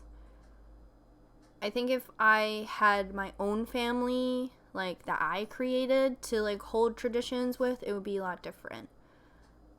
Like, when John and I were going to live at his house, we were going to do the back room so, like, my brothers could stay over. And if I was having Christmas at John's house, like, I would have a tree. I think that, like, collecting ornaments is always a really cute thing to do when you're, like, creating your own traditions. But my single ass is not creating any fucking traditions. I have a wreath with one ornament on it that says Ethan. That's my man. This is our tradition. If I wasn't going home for Thanksgiving, for Christmas, honestly, I would just enjoy the day off work, make coffee on the stove, and just, like, cool off on my couch with Ethan and, like, wear slippers. That's, like, something that seems really cool to me. And if, like, my life partner was joining me, like, that seems like a pretty chill thing to look forward to. If my brothers wanted to come, that seems chill. Everything else very stressful. I don't know.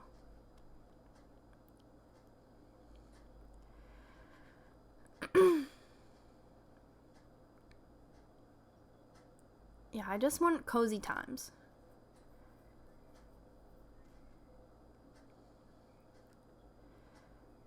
Sorry, I'm reading the group chat. I can't read or write. As a hairstylist, would you recommend getting bangs professionally trimmed or just quick snip in the bathroom will do? We have a lot of clients who come and get bang trims. Our salon, I don't think charges for a bang trim if it's your hairstylist. Usually you just tip them like $5. And I really like the way Josie and stuff, like, I like the way Kay, anybody I observe, honestly, their clients who have bangs, they come in and they're always really professional. They don't just go like they'll sit with you 15 minutes, 20 minutes, however long it takes to do your bangs, and they'll pull them forward. They'll make sure everything fits and makes sense. They usually like thin them out and do everything. I think it's like a good rapport, like any excuse to see Josie, but it's also, I feel like, good rapport to come into the salon, get your bangs trimmed professionally. You know that they look good. I cut my own bangs for years and years, so I am being a hypocrite right now, but I like will see old pictures of myself and I'm like, damn, you really should have had that shit. Really cool to like have a rapport with my clients where like I give them a bomb haircut and then in 5 weeks they come and just get their bangs trimmed, like not a whole haircut. They just come get their bangs trimmed and then you can have a conversation with them. It's a good chance to be like, I'm just here to get my bangs trimmed, but next time I'm here, like, we should really do something with my color, or like, how's your cat? Like, I think it's good rapport. But our salon doesn't charge, but you do make an appointment.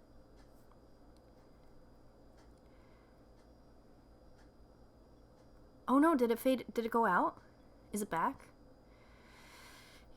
Because I could use some more water. I'm sorry guys, 1 second.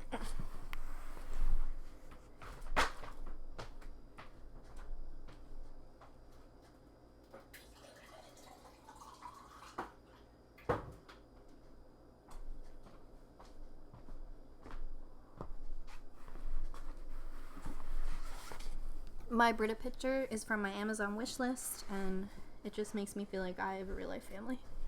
You guys.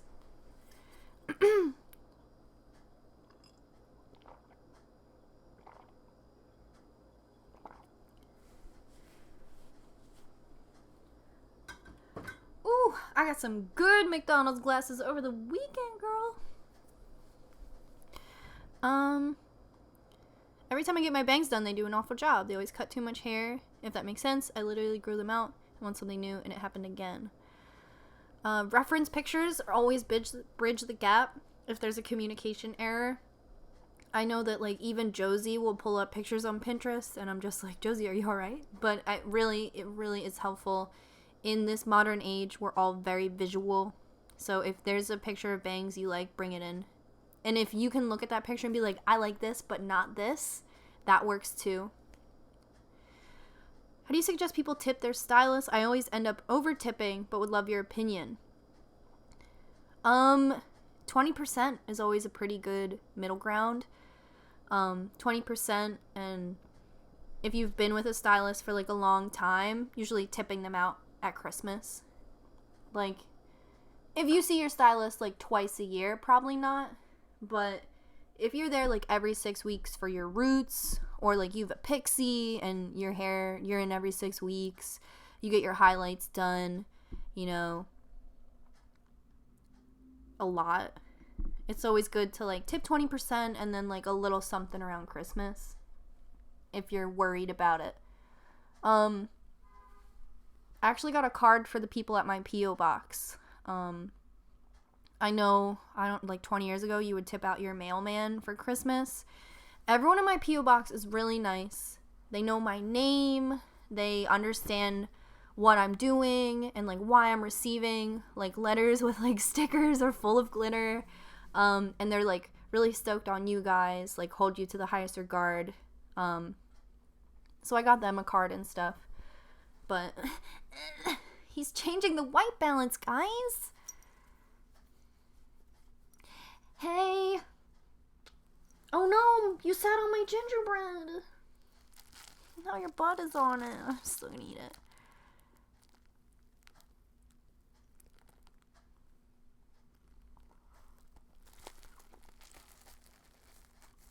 How did you get Ethan?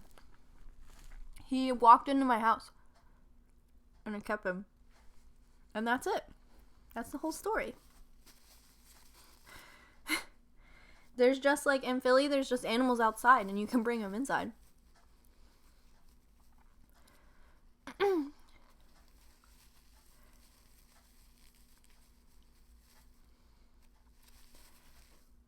Does Barnet Fair only use R&Co products? Yeah, they do. Which is cool. We got invited to like this dope R&Co class in New York. It was pretty fun. I didn't steal Ethan. He was a street cat, and we actually, I was going to ask you guys, your cat, if you don't know your cat's birthday, do you celebrate its, like, adoption day? Because Ethan's adoption day is the 26th of December. It'll be 2 years with Ethan. So, yeah, I don't know how old Ethan was, but it was December. It was really cold, and he was outside, I don't know, like, foraging for, like, squirrels or, like, old Pringles and stuff. And I saw him outside, and I was like, oh my god, I love that dude. But you see strays all the time in Philly. And, you know, you can do outreach, or you can put a little food out, and then sometimes people say don't put food out. There's, in West Philly, there's this agency that will catch stray cats and neuter them and then re-release them. Like, everyone's trying to figure out what to do. But in Philly, you definitely see a ton of stray cats. I saw Ethan outside, and he came right into the house. And I was like, he can, like, live here, I guess. And I was like, well, if I'm gonna re-release him, I'll at least get him neutered. Because, like, I'm vegan. And then I took him to the ASPCA to get his shots and to get neutered. And he just let out this little meow. And I was like, fuck, I have to keep this cat for the rest of my life. I didn't even want to. I didn't want any pets because I'm a bitch. No, pets get sick, and it's really expensive. But I figured I was more financially secure, and I could have a cat this time around, and I had a boyfriend, so that was it. So Ethan actually had to go to the ER a few weeks ago, and I called John, and I was like, this is your son! And John took us to the ER, and they, like, hyphened our last names on, like, Ethan's paperwork, and I was like, everyone fucking knows what Ethan's last name is, alright? It's not... But, I don't know. John got the car, I got the kid.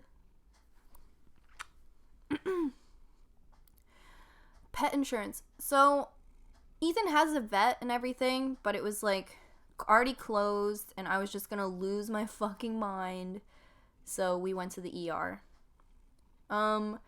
Barnett Fair, well, Ethan has a vet, but one of our clients at Barnett Fair is, like, this badass, like, vet lady. So, I'm pretty sure, like, Barnett Animals get that, like, hookup, that good. You know, Josie has, like, 40 dogs. But she was already closed, and I was just, like, I don't know. I was just, like, they took Ryan, and then they took Ethan. So, I just went to the ER, like, in a blind fury. Merry Ethan, miss! Oh, my son, my baby. I used to think Ethan was a kitten, but really, he was just malnourished. He's, like, huge. He's, like,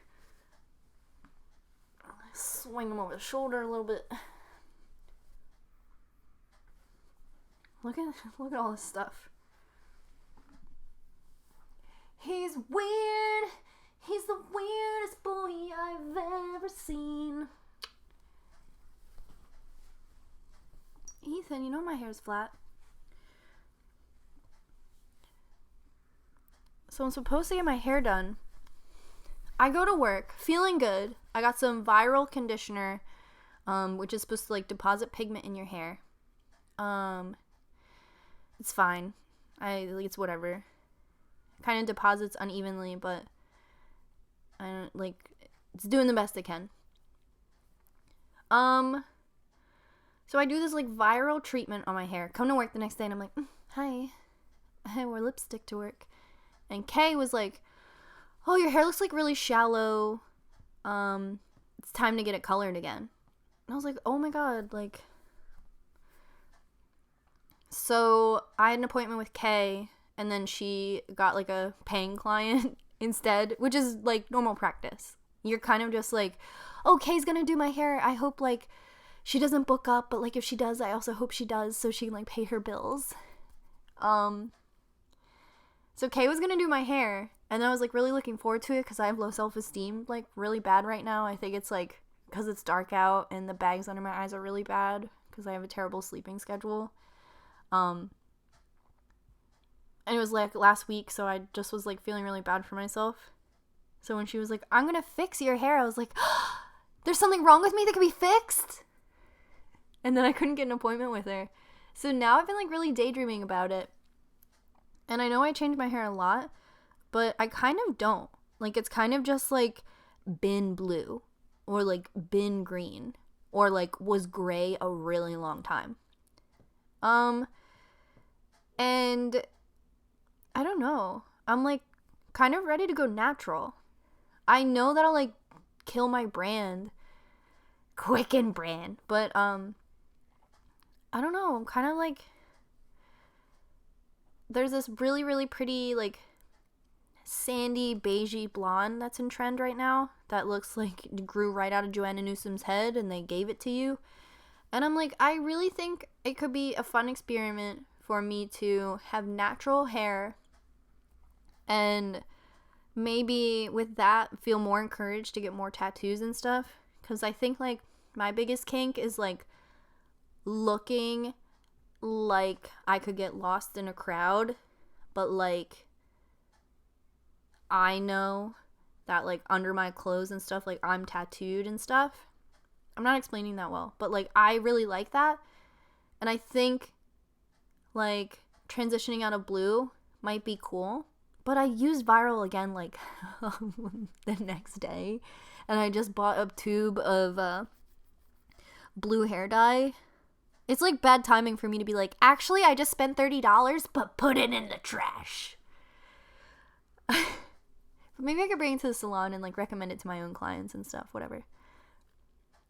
I think it would be interesting. I don't know. The blue, I like the blue. I do. And at first I was like, I can't change my hair color. Ryan complimented it. Now what? I'm going to have a seance and be like, do you like this? Is this cute? I know you're busy. Is this cute though? I don't know. I did like my Inked magazine and I wore one of Ryan's shirts there.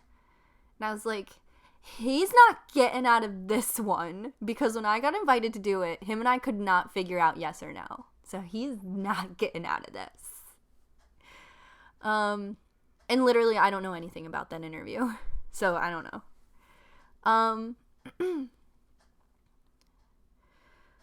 But I don't know, I feel like the blue is like alive and well. I like how it looks up.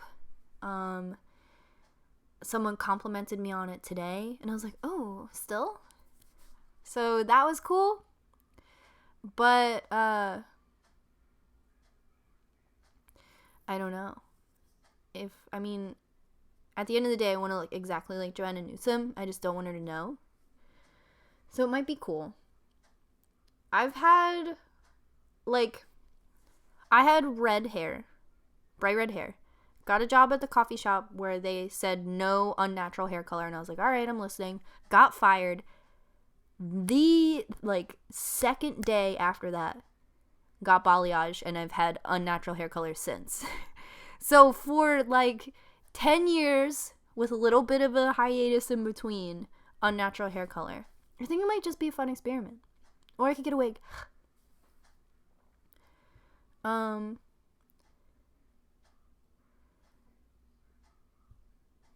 I had rose gold hair. I actually didn't like it. I think just with my freckles and skin tone, it just really muted me. And I only would have known that by trying it. This blue, I feel brings color to my face, and the gray really washed me out. So having those muted pastel tones look cool because I look dead. But then I have to wear a lot more makeup or wear a lot more colors in order to feel vivacious. But I don't know. I have wig sponsorships, but I just thought it would be fake if I took them because I don't really wear a wig too often. I have a bunch of wigs at John's parents' house. Oh my god. What's your current skincare routine? Do you still use Aveda? I'm working on a concept video for this, so I don't want to say too much, but I am finishing the Aveda stuff I have.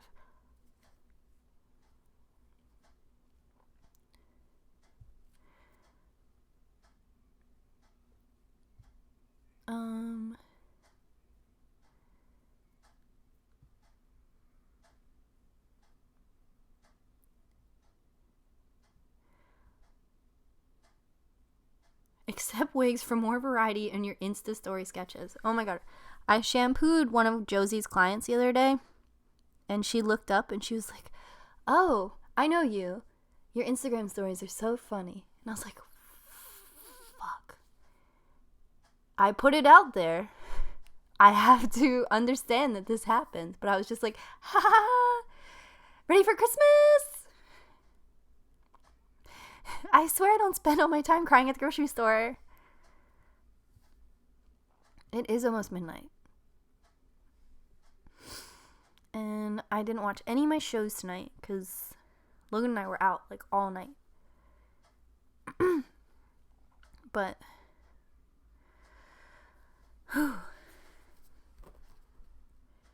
we went to Blackbird.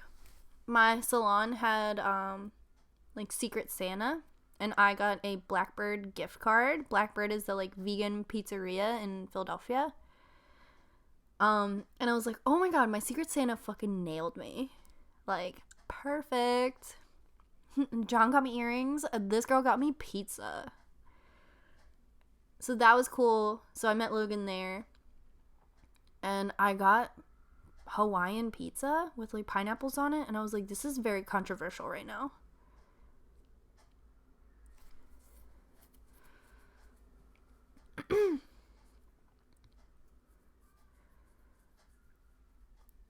Sorry, I'm reading the group chat. I think that me is like maybe a couple, like 20 seconds different than you. So I might be reading something that isn't on your screen right now anymore.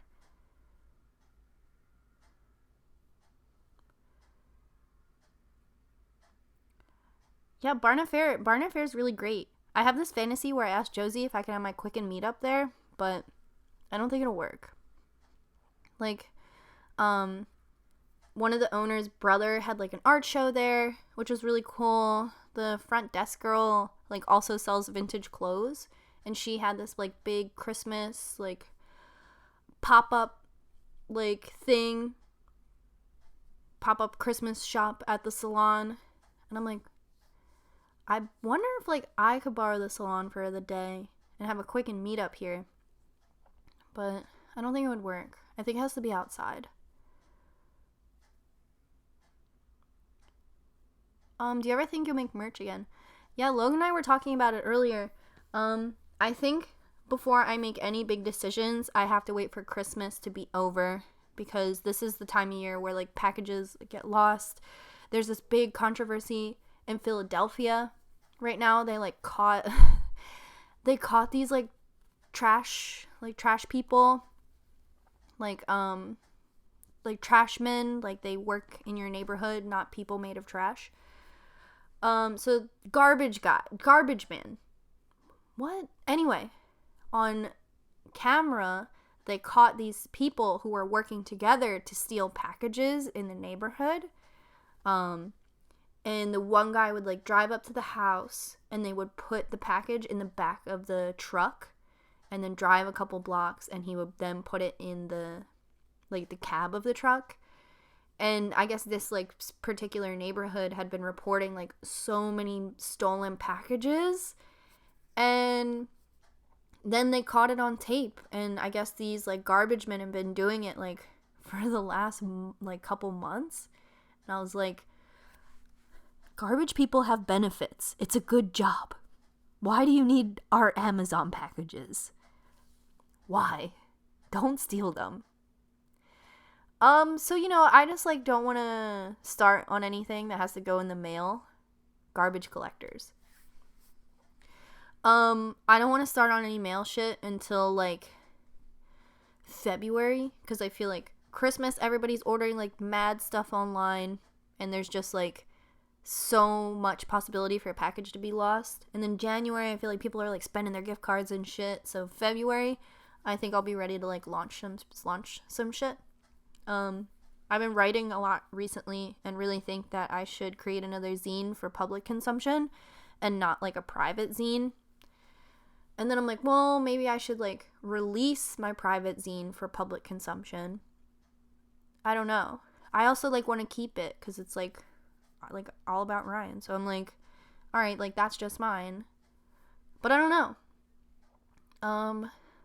I like didn't get to perform any of those poems at the poetry thing, so I'm kind of just like, do I just keep these? I don't know. But I've been writing a lot too. I sent like a poem to Mark Lanke because I told him I was a writer, and I was like, maybe we could like collab on a song or something. And he seemed really positive, but he's also a nice guy, so he could just hate me.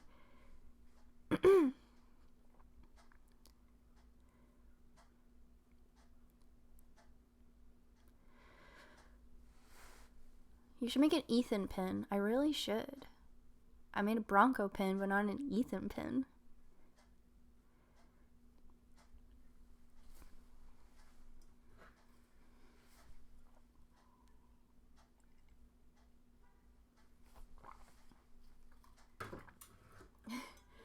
I don't have any zines.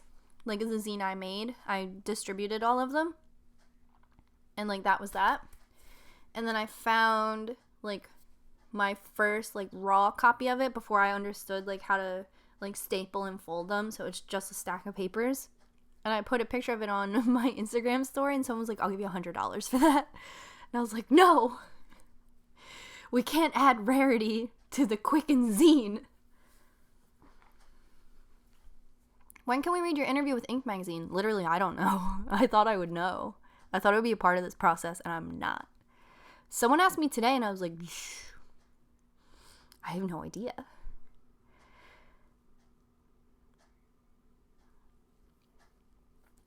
Do you have any advice on long-distance relationships with net neutrality going on? I'm starting to feel really hopeless.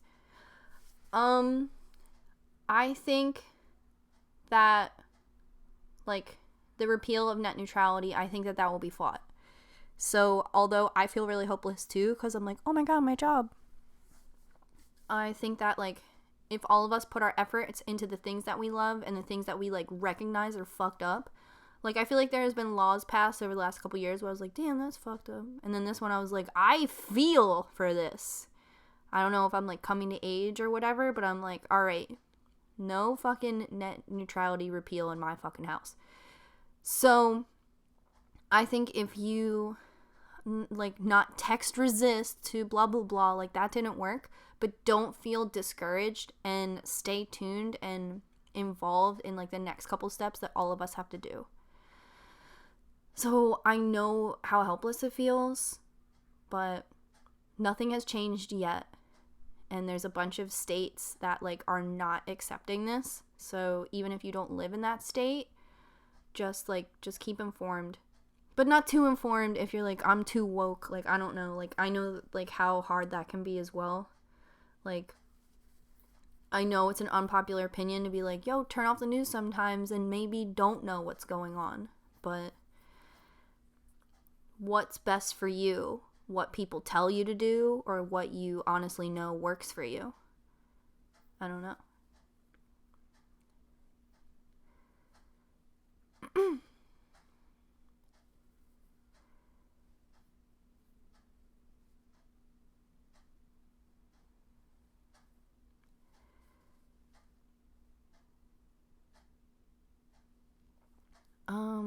Sorry, my throat hurts.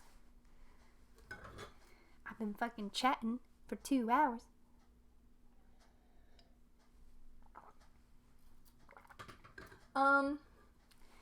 If you want it to be in the giveaway for this hoodie, I will be messaging you through the YouTube platform. So, you'll get a notification in your email that you received a message through it. my account is verified, so if you feel like you're being scammed, you'll receive a message from Quicken with a check mark. There is someone else with a Quicken username, but I think they just like post Minecraft videos that they stole. And then I have prints. I still have a couple prints left of this. Maybe that'll be cool for the next live chat, super chat thing. If you're just joining us, you just have to say something in the super chat to be entered in the giveaway. But I want to start doing giveaways more often. Like I have a bunch of Quicken stickers I had made and Bronco pins. I don't have many Quicken pins left. But any tips on bathing a cat? When I've washed Ethan 3 times. I wore a Columbia like skiing jacket that I borrowed from, it was in John's house. I don't know whose it is. And then I wore rubber gloves over top of the jacket. And I filled up the tub with like room temp water. And I put Dr. Bronner's in there. And then got a little Dr. Bronner's on Ethan's fur and just kind of like put him in there and held on to the back of his neck and tried to like wash him really quick. And then just like had a cup in the tub like washing a baby and just dumped the cup of water on him to rinse him off. He scratched through the gloves every time. He doesn't like it. Some cats don't mind. Ethan doesn't like it. But I haven't had to wash him yet at this house. So he's been pretty good. Pretty clean boy. He used to be a really smelly boy. He's more refined now that he's my life partner.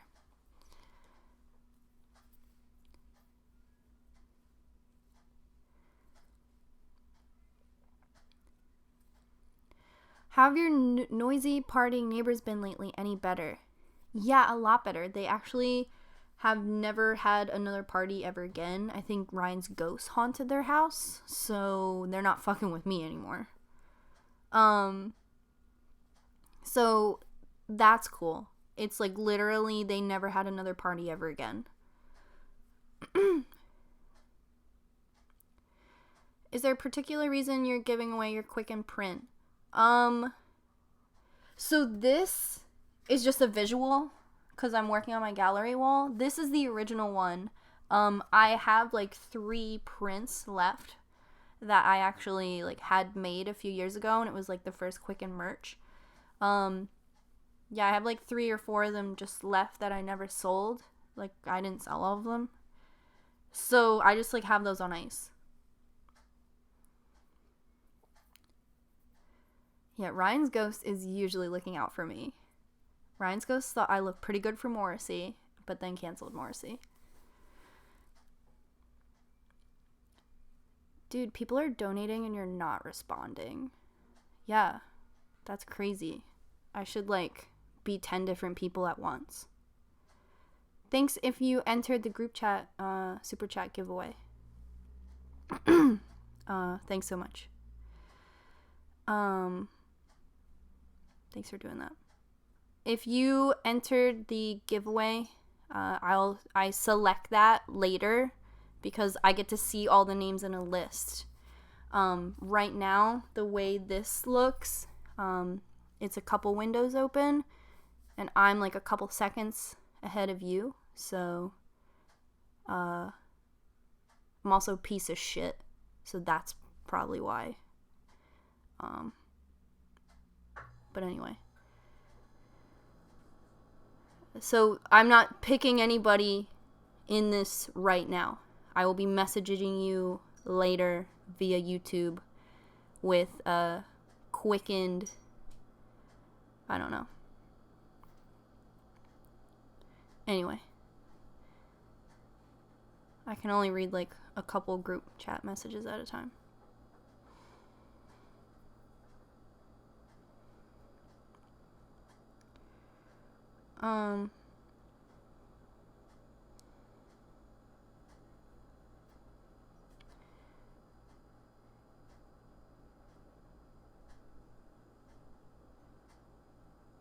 I'm actually gonna go. So thank you, everybody. It's almost midnight. Actually, it's 12:01.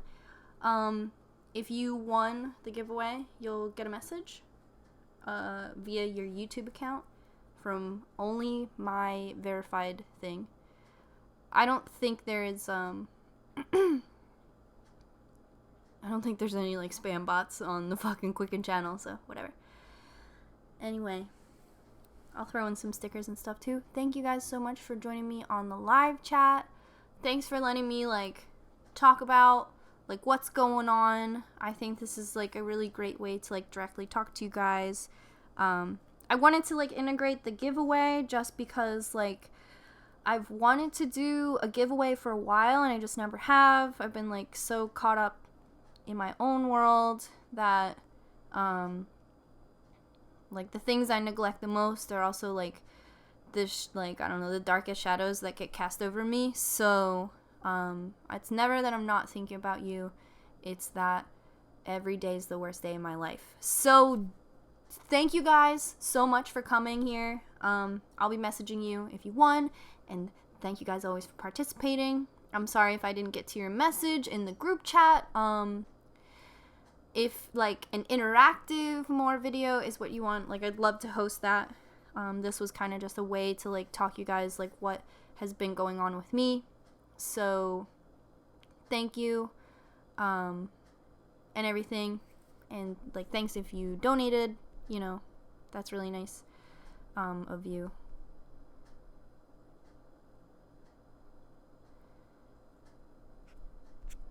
So yeah, thank you, I guess, and good night to everybody.